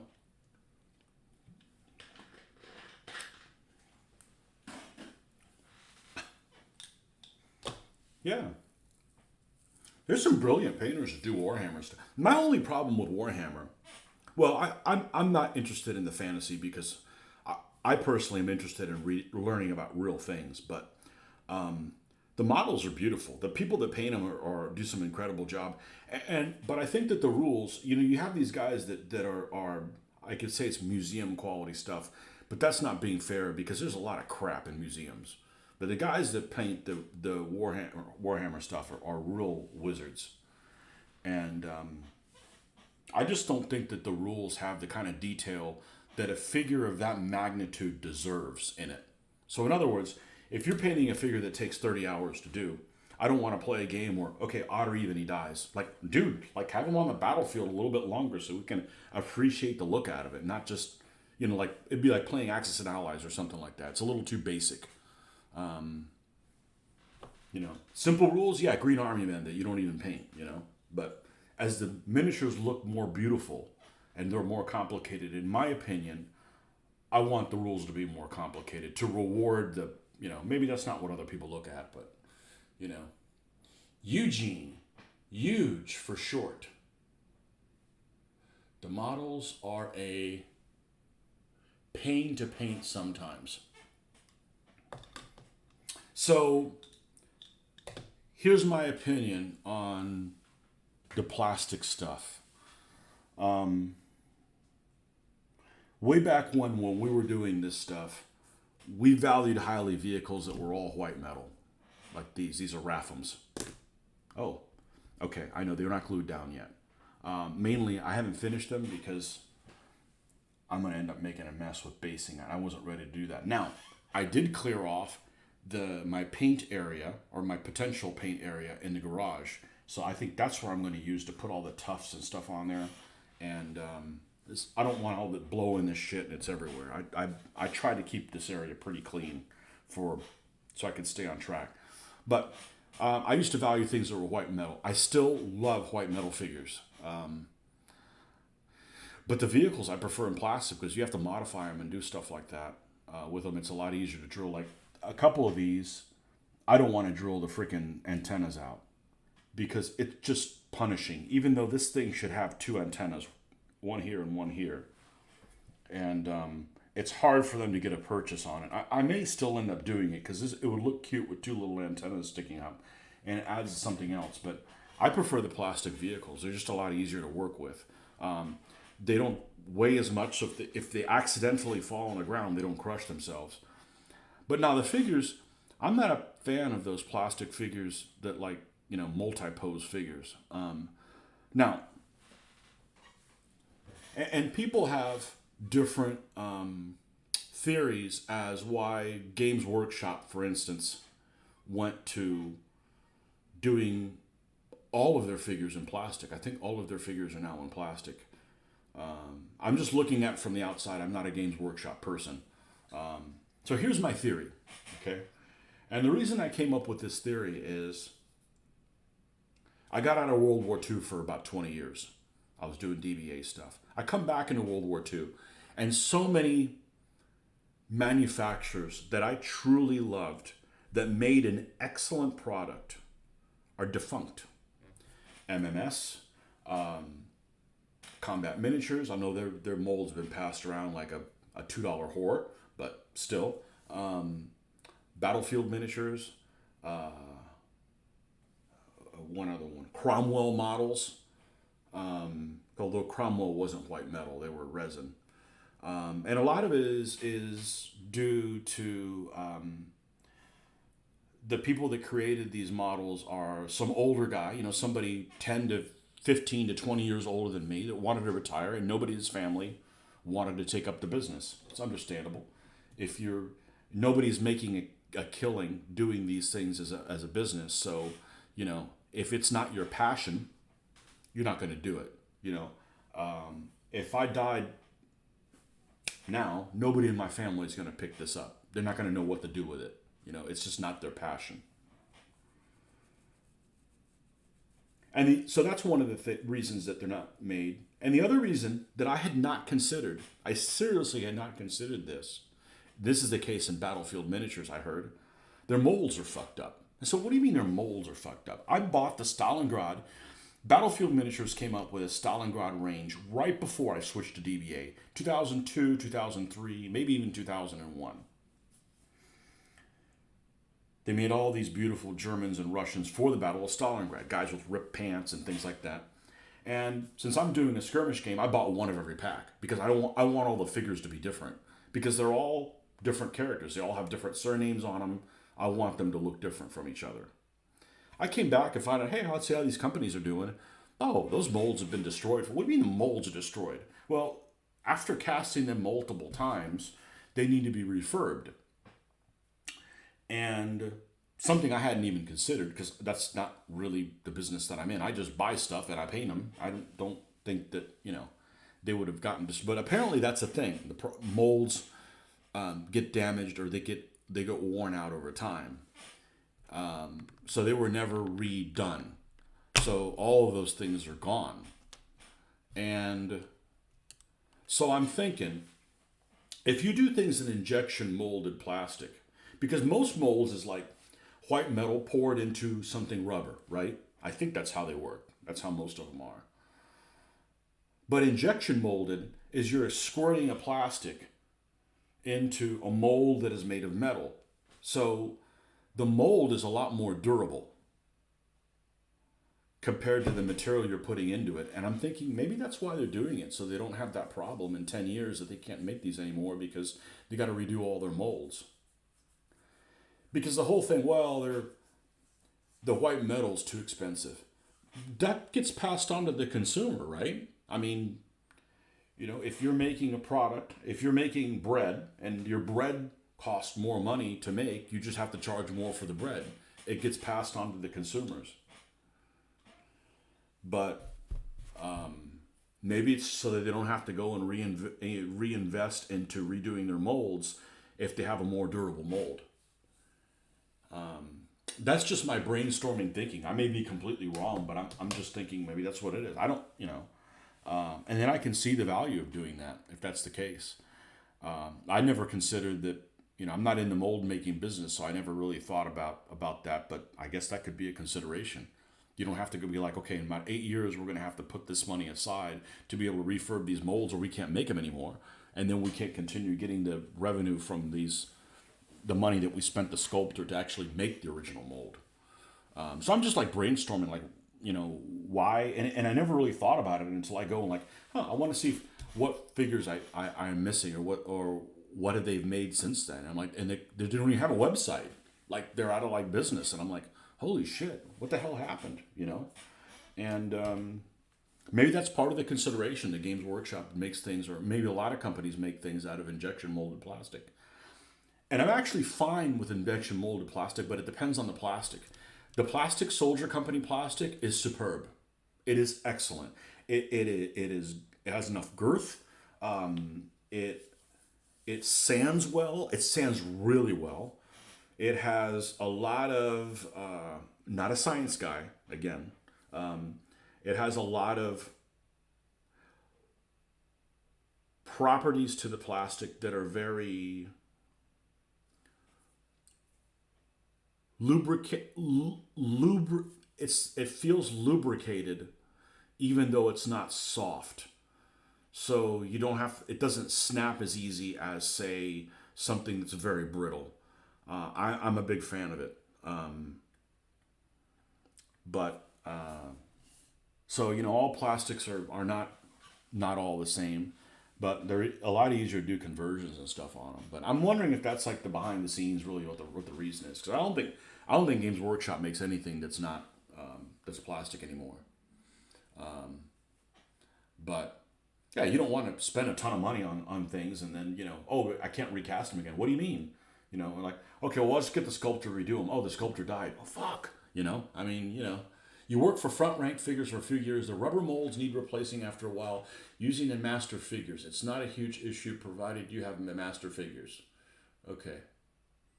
Yeah, I'm just not familiar with that part of the process. You know. Um, but I'm wondering if that isn't the injection molded type of stuff. You know. Older the mold, the more flash and misalignments. Yeah. So, if you make an investment on a sculptor or doing something, how do they even. So here's a question. We all know how they make. Well, back in the day when I was a kid, I was into GHQ miniatures, right? And the thing about GHQ is that they have sharp edges, even though they're really small.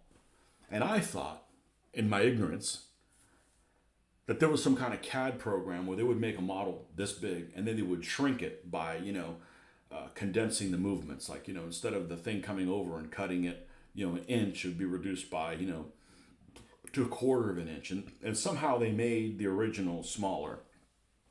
But that isn't the case. Somebody's sculpting it out of green stuff or something like that. I don't know if that's the case with GHQ, but they're sculpting it out of, in 1-to-1 scale, what it is, and yeah, I'm just not privy to that kind of stuff. I just don't know what it is. I always think it's funny that people that and I saw pictures of a miniature or miniatures in the last couple of days, and they were painted by a very good sculptor, and they weren't painted very well. And I always thought it's funny that somebody may be a really good sculptor but not a very good painter. And I'm like, painting's easy, but I mean I'm saying that after 40 years of. They're probably thinking the opposite, like sculpting's easy, it's difficult to paint. No, it's not. I'm just following your inspiration. So I have a really high opinion of people that sculpt things. I think it's cool as shit. Now I don't like every sculptor, but I'm saying sculptors that I like I think extremely high of them. So molds for plastic figures are very expensive to make. Yeah, how do they make like let's say the Airfix comes up with a new model of a Spitfire, right? And they want to make a mold of it. How do they do that? How do they create like the wing sections? Like, is there like a sculptor that makes it? Is it done automatically with CAD or how did it used to get done? I just don't have an idea. I have no idea. Apparently their molds last fine because they're still using this. They're still making the stuff that they made before I was born. You know.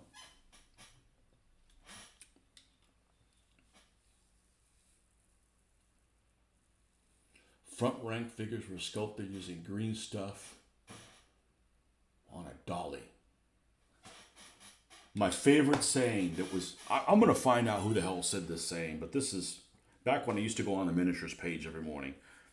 Back in the early 2000s. You'd wake up in the morning to do whatever hobby you want to do, and the first thing you did is you check your email. I never check email. I don't use email. There's too much nonsense and fake stuff on there. I've just become apathetic to it. I don't use personal email for anything. But you check your email, you go on the miniatures page, and see what new things got posted. And this one guy posted, well, I assume it's a dude. Sorry, odds are. And He said anything larger than 20 millimeters is playing with dollies. And I just laughed, and people just came out of the woodwork, just got butthurt. That's before that term even was around. They just got butthurt, you know? I just thought it was funny.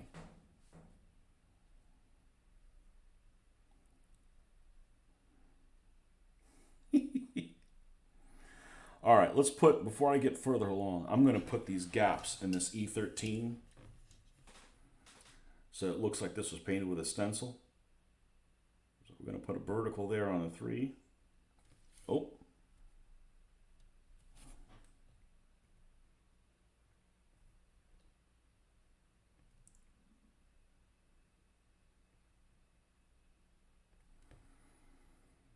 And I believe the E, the gap goes here, beside the vertical.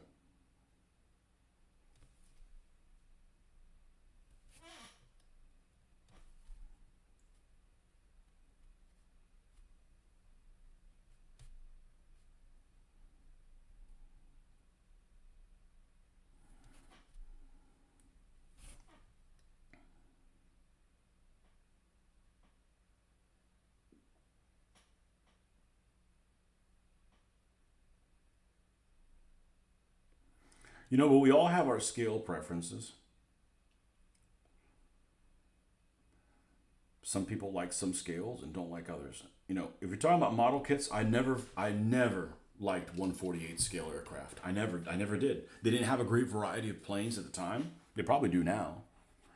You know, and they don't match my vehicles. You know, so I prefer 1/72 for planes and vehicles, just for, you know,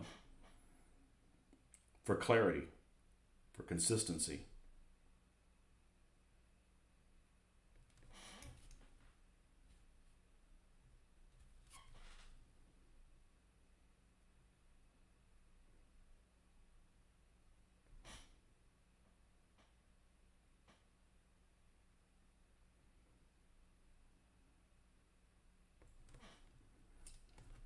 Okay, so now we got a little stencil look to those numbers.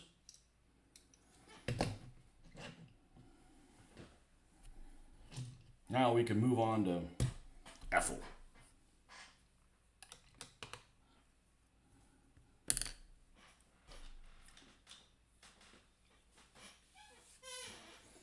Your mate sculpts and uses green stuff on a wire armature for a dolly. Yeah, I've messed with green stuff very little, very little. I'm not. I could get comfortable with it, but I just haven't. You know, I can't be into everything, but it's definitely really cool. Um, okay, so this is going to be Ethel. I need to use the bathroom again. Peeing, of course. I'll be right back and I'll get some fluids. I've been running my mouth. Right back, folks.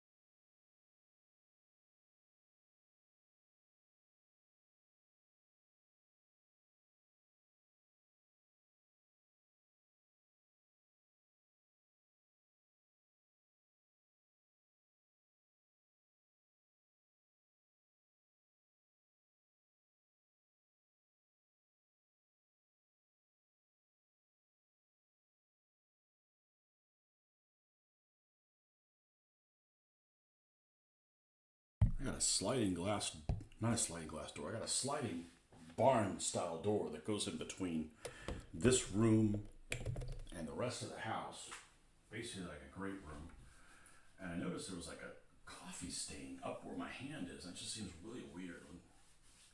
I deal with it almost like a dripping or something. So hand sanitizer to the rescue. Cleaned.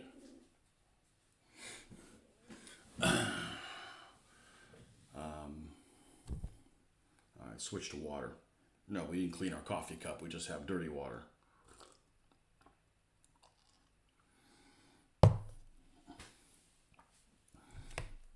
We check the weather. It looks unpleasant out there. Unpleasant out there. Tools, AccuWeather. It's 62 degrees. No precipitation. Are we supposed to get any rain today? No. Breezy and cooler with clouds giving way to sun. Well, get out here.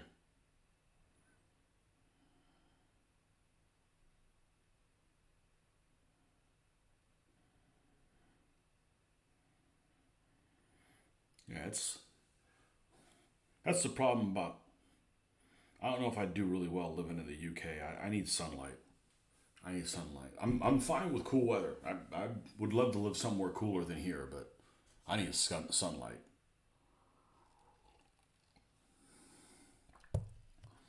Or it gets dreary. Okay, Ethel it is. This is why I like to work things at my own pace, because I don't, I'll get done, I'll get these guys done when I get them done. Just work on them every day, and sometimes I get sidetracked, and we'll talk about different things, and, it doesn't really matter when I get these things done by. I don't want to have this, like, cloud, like, we got to get these things done by this weekend to put a game on. Like, no, those days are over. I'm not doing that stuff anymore. I get rushed too much at work, and we don't need any more of that nonsense.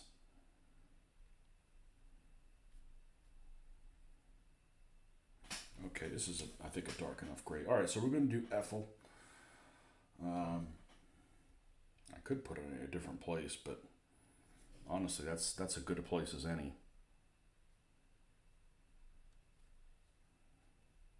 What did I do? Lose track of where it is? Oh, it's over here. Okay.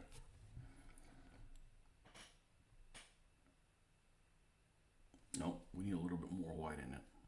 Can't even pick it out. Stuff is drying really fast, and I don't have a fan or anything going on here, drying it out.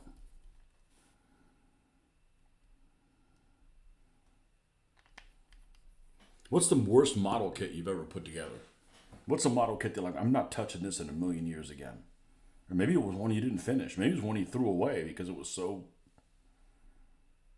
unsatisfying putting it together.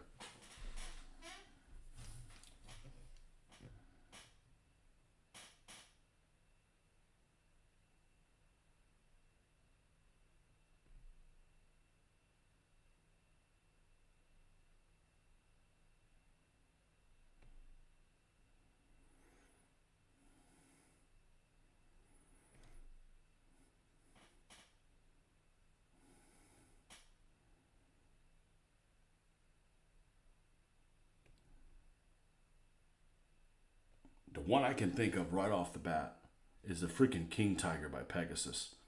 It literally, the glue doesn't even work on it. That's how messed up that thing is. Like, the weld cement will not work on it. The Emhar German World War One tank. Is it an A8 or something? A9? What is it? An A8 or an A9 or A7? Emhar is British, right? That's a British company.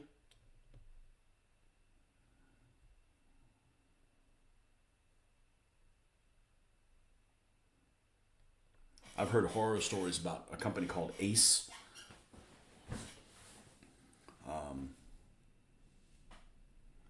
But I personally can't attest to that.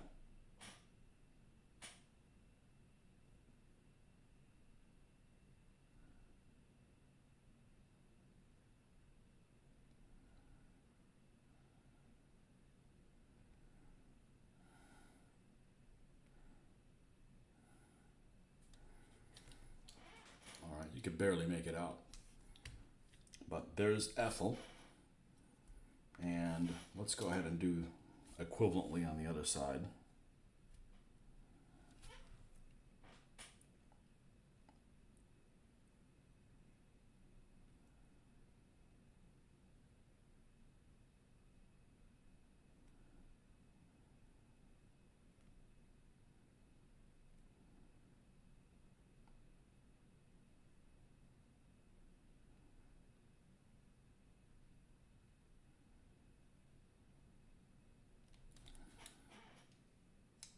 And now we'll come in and fill it in with the white. Last Airfix Churchill I tried to build ended up in a spares box. Couldn't finish the suspension. You know what? I had the same problem with the same model. And it looks too small. Yeah, the PSC only give you 2 of them, unfortunately. What year did you make them?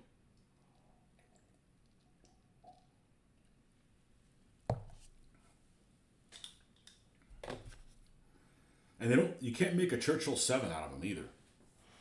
You can only make a 3 or a 4 out of it, I think. Can't make a crocodile out of the PSC one. There's probably a conversion kit for it or whatever. Churchill got more armor than a Tiger 1. You ever watch that episode of with the Chieftain and Lindy Beige crawling into a Churchill? That was entertaining. I like old Lindy Beige. I think he'd be fun to game with.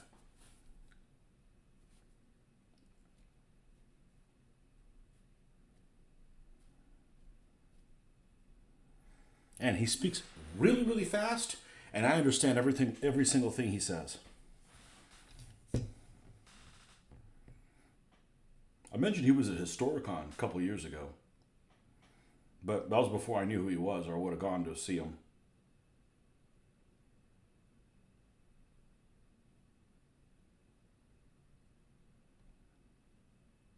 He's got a video he does on like German half tracks. It's really, really good. I really enjoy that. Mr. Hugh, over here in the UK, they have a show called Hornby, a model world. They own it. They own Airfix on Yesterday Channel. Anyway, it goes right through the process of them designing and manufacturing their products. I think I saw it, but I don't know that it described how they made, like, how did they make a model of the Spitfire? They did like in 1967. Like, was there like a physical model and they shrank it and cut it into pieces? I don't know. I've seen a tour of a Airfix factory videos. Quite interesting, actually.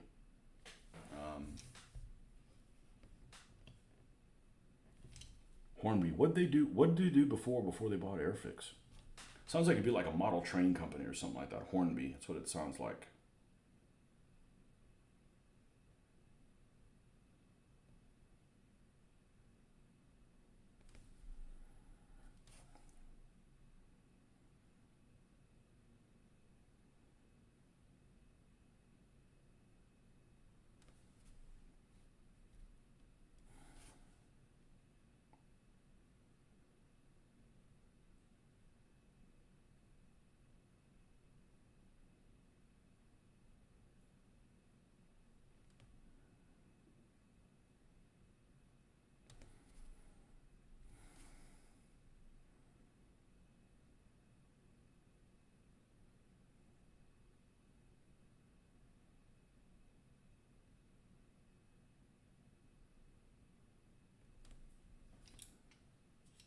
Ethel. 5 years ago, Airfix, and 3 years ago for the PSC, built one at AVRE. That's one of those vehicles that just doesn't interest me. The funnies don't interest me. I don't know what it is about them. I'm not interested in building any British tanks with 95 millimeter gun mortars or they just don't interest me. They just don't seem very practical in what I want to simulate.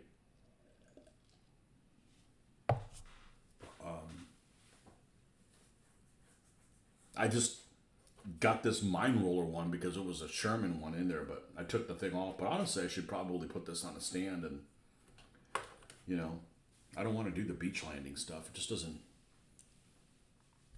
I can't be into everything.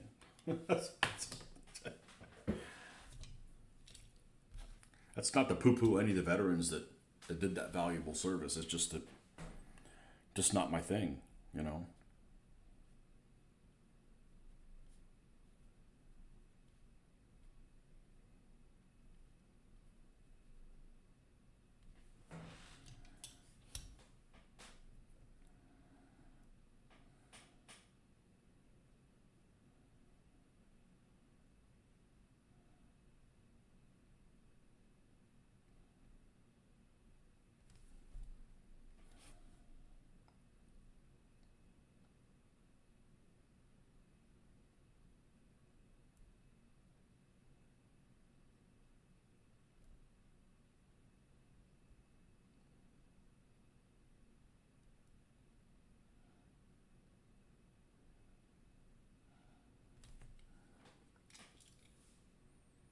There she is, Ethel.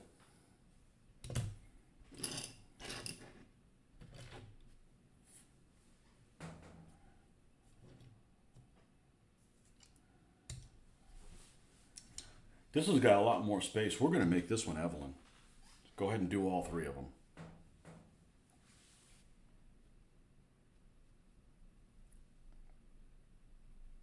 Oh, Edith. I'm sorry. Edith. I like Edith better. I think one of you guys suggested Edith.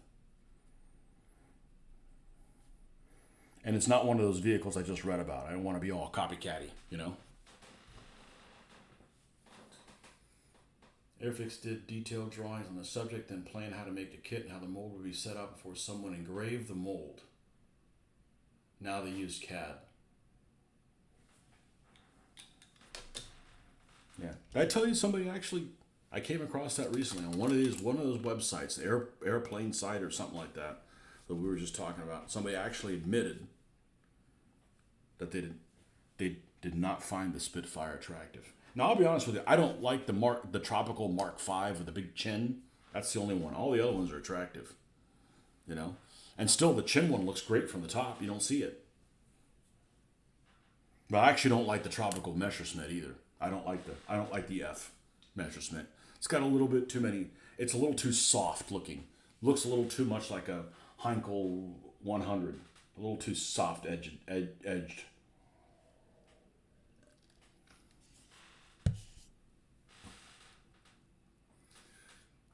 AVRE with petard is good for bunker busting scenarios.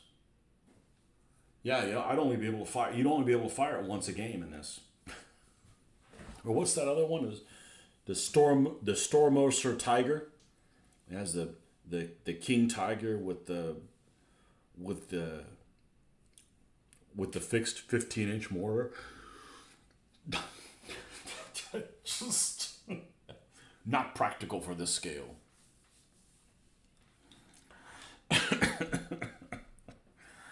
Oh man.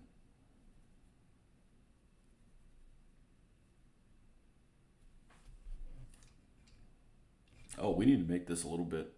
We need to make this a little bit darker. Here we go. What was the unit all those funnies were in? Was it the 79th? 79th Armored Division, I think, had a bunch of weird stuff in it.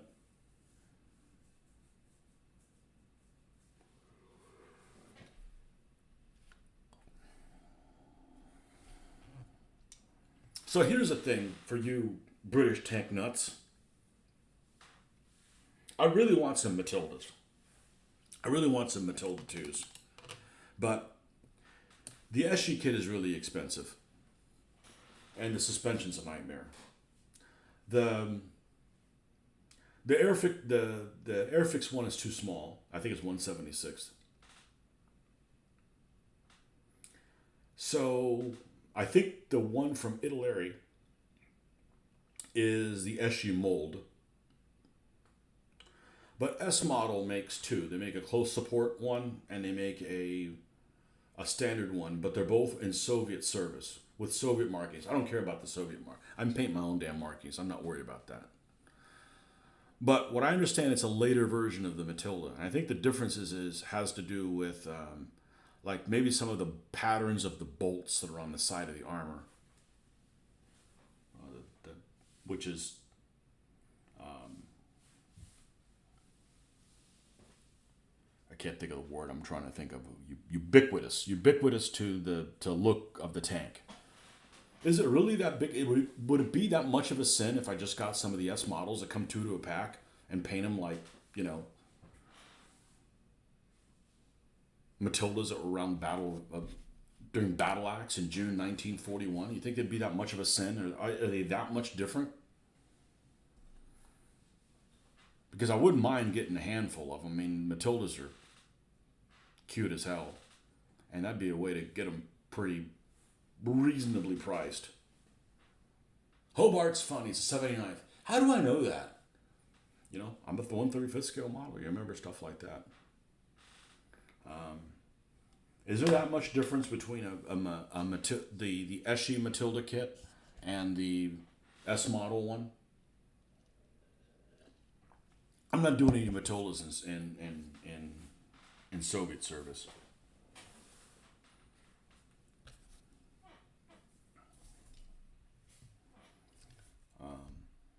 I'm not a fan of Lend-Lease for the Soviets. I'm fine with it, between the Americans and the British, but hey, they made a deal with Hitler. They should have. They had it coming to them, or at least Stalin made a deal with Hitler. I know the people are, the people get screwed no matter what. I'll I do 172nd, $24 a pop though. Yeah, and then you got to add shipping on top of it.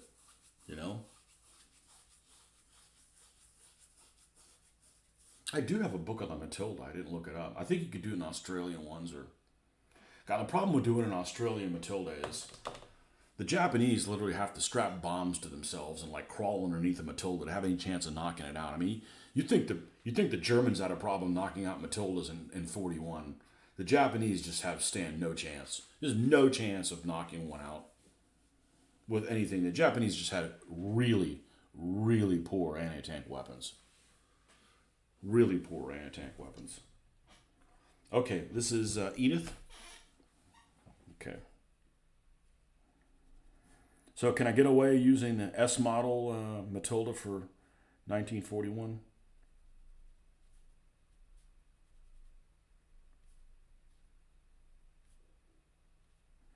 Of course, the tank brigades that they were assigned to, I want to say the first or whatever, had some silly ass symbols.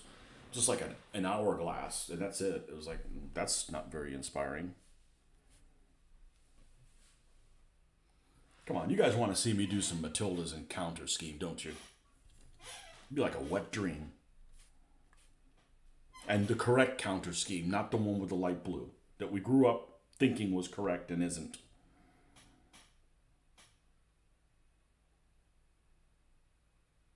Oh, we need a little bit more white in that so it could stand out more. Otherwise, I can hardly see it.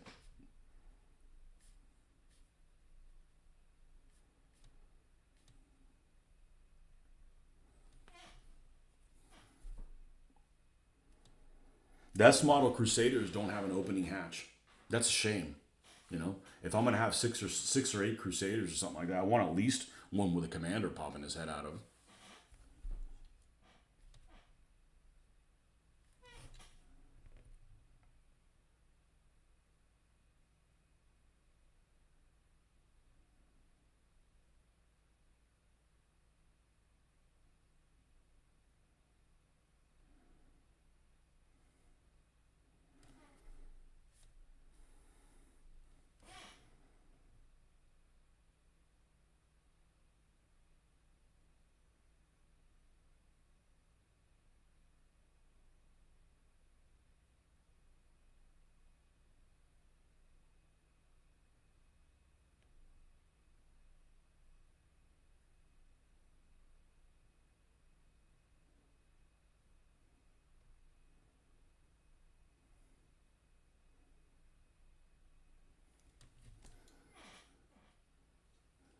So many of the tank crews had terrible uniforms, aesthetically looking. But no, it's practical. The U.S. tanker uniform World War II is horrible looking. Like, you have to play football. Come on. You know. I have the one Airfix and 3 die-cast 176 were picked up at a publisher's remainder shop. The Works. Publisher remainder shop. Yeah. That'd be like a store called Books A Million here in the States. Has like new books for like less than $10 and stuff like that. And they're like hardbound. I'm like, man, that's pretty inexpensive if you find one that, tickles your fancy.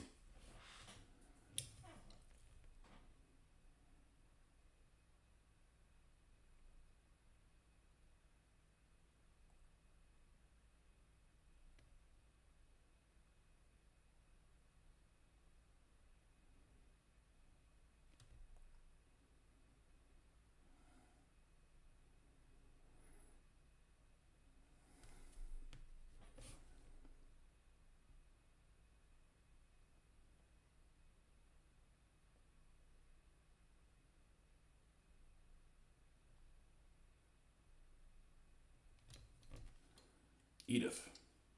Edith and Edith.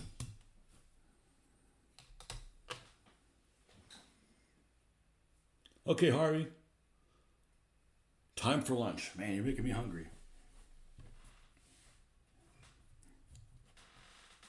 Late lunch, man.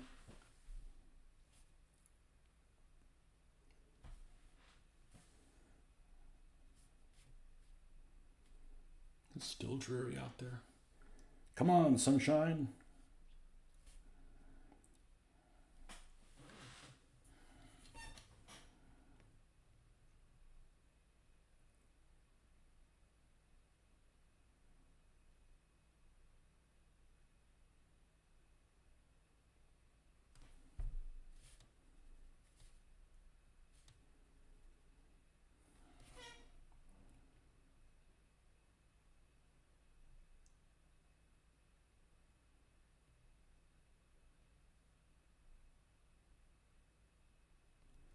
Jeffrey, are you the one that bought some of those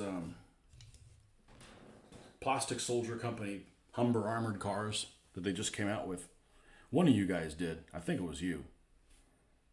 That is an attractive vehicle. That is an extremely attractive vehicle. I think you could make a 2, right? You could make a 2 or the 4, which the 4 has a 2-pounder in it, and the 2 has the 15 mil Beza. Both of them are really attractive vehicles. The Daimler's not too bad either, but a Humber's beautiful. I actually have one. I have one that I picked up from that estate sale, but it has the turret that is glued in place forward, and I have tried like hell to try to loosen it up every which way, trying to discreetly cut it to be. I don't think I'm going to be able. I'm going to have to make it a wreck, unfortunately. Armor Fast Crusaders have opening hatches. I had to research, find out how they opened so I could put a commander in. I have a conversion to make a Crusader AA Mark 1 with a 40 mil, right?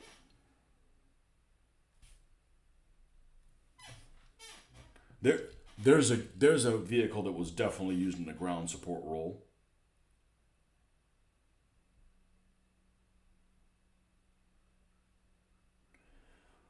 Let's send this aircraft to Normandy to protect us from German planes. Oh wait, isn't that the job of the Air Force? Okay, the German planes are neutralized. What do we do now?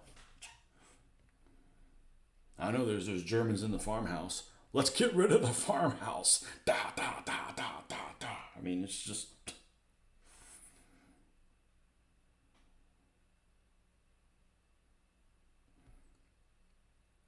All those AA vehicles in a ground support role are just devastating. M16 half-track, 450 caliber machine guns. They're hiding in this wooden house.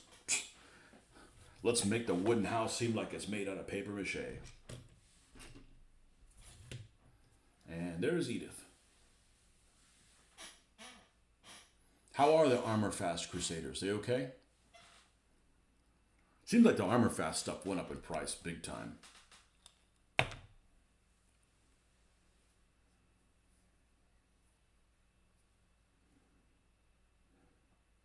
But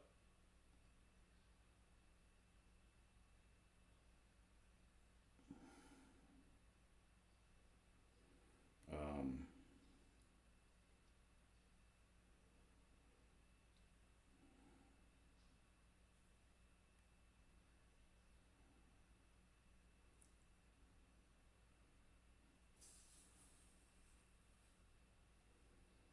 'Why is isn't the Guardian a UK newspaper? What do they care about what happens in Florida? Like,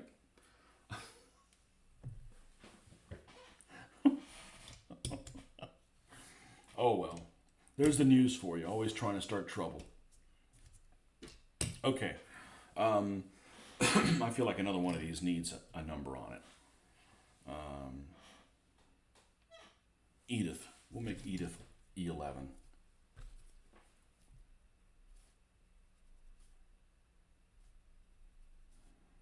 I go to search something on the internet and they put like news in your face. Like, I don't care about news.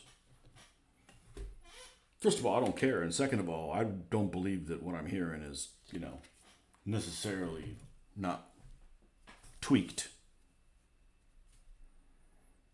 And that's regardless of whether or not I actually agree with what it says.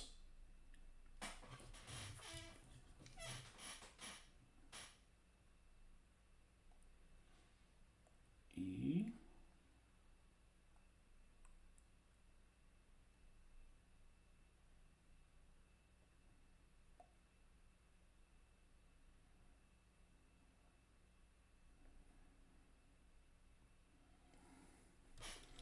E11. I'm going to put E11 back here.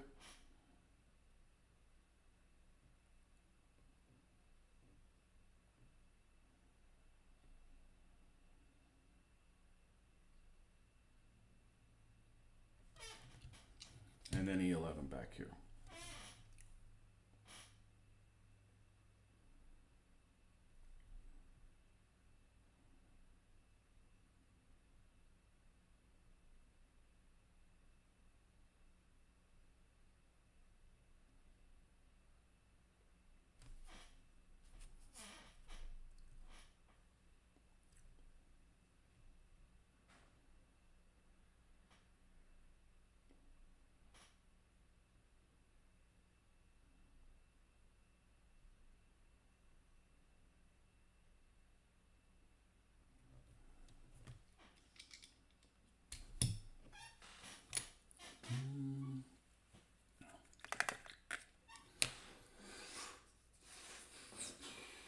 I haven't bought a bit. Thinking one Mark II and two Mark IVs. I have about 8 Mark II 76 matchbox revolvers and various cover schemes.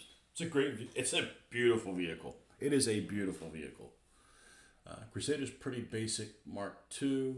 I acquired an Airfix Crusader to make a Mark III for Tunisia, Sicily. Yeah, I didn't realize that I think one of those manufacturers that I thought only made a Mark III, you could actually make earlier versions. And it may be the Airfix one. There's one that I always thought was a Mark III only, and you could make earlier versions of it as well.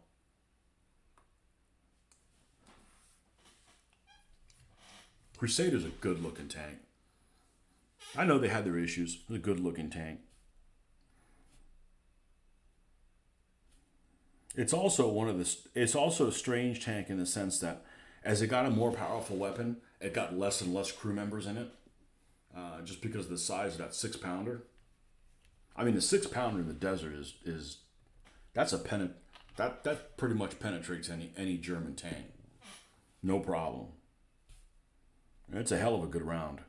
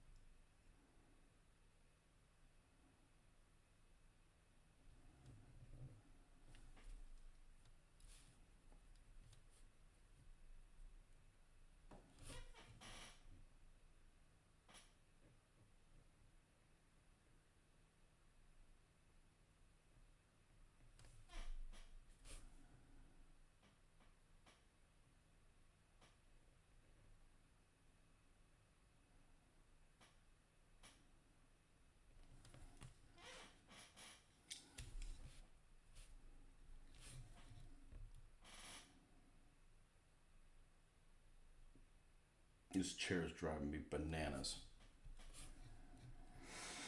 Hardly moving at all, and it has something to say about everything. Got something to say about every breath I take.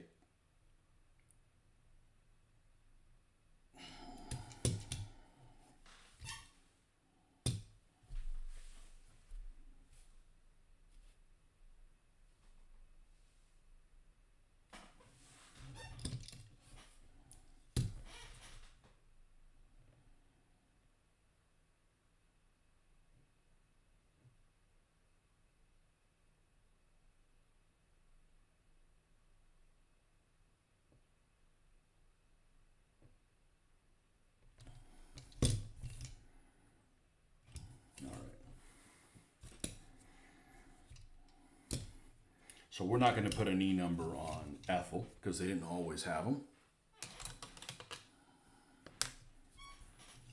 And we got to wait for this white to dry a little bit before we put the little stencil marks in it. Make it look like it's stenciled. Airfix allows you to make a mark 1, 2, and 3. I didn't know that. I did not know that. Is Airfix 172nd or 176th? Also have a Friendship Model 172nd Covenanter. One with a radiator on the glacis. Some of those went to North Africa, but I think I read recently it was likely they did not go into action. Even though saw a picture of one. There's a picture I've seen multiple times. It has like a Honey, a Covenanter, maybe even an A13 and a Crusader. Just a mixture of different things in there. And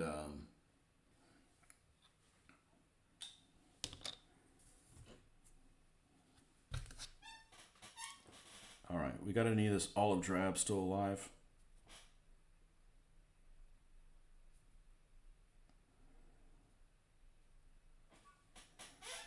And then we're going to go ahead and we're going to close out for this morning.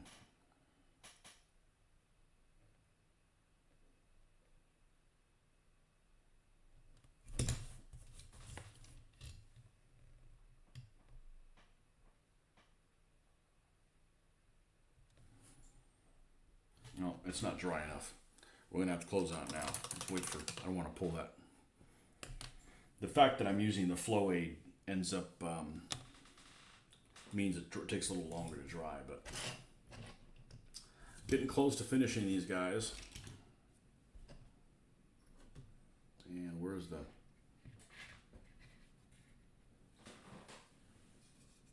and we haven't even put junk on them, which, we'll do afterwards, Older Airfix are one. There's that damn heart. Well, how do you know that you're getting an old one as opposed to a new one when I order one? I gotta be careful. Does it have an opening hatch? Let's see. 172nd Airfix Crusader.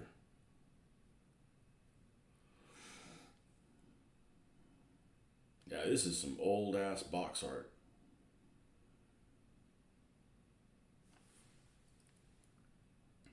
With, what do they call that? Bronze green.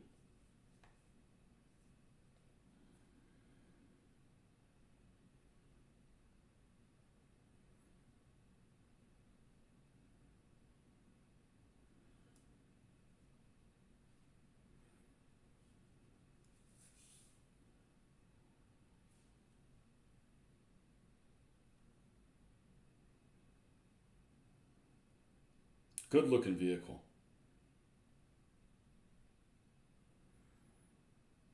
But honestly, I think the Crusader 3 is the least attractive of them. Just because the turret, the front of the turret is flat on that one. Yeah. Okay, folks. Well, as always, thanks for stopping by. And man, we almost did 3 hours. Huh. Couldn't have done it without you guys. True story. Anyways, thanks for stopping by. Enjoy the rest of your Sunday, and we'll catch you guys on the next one.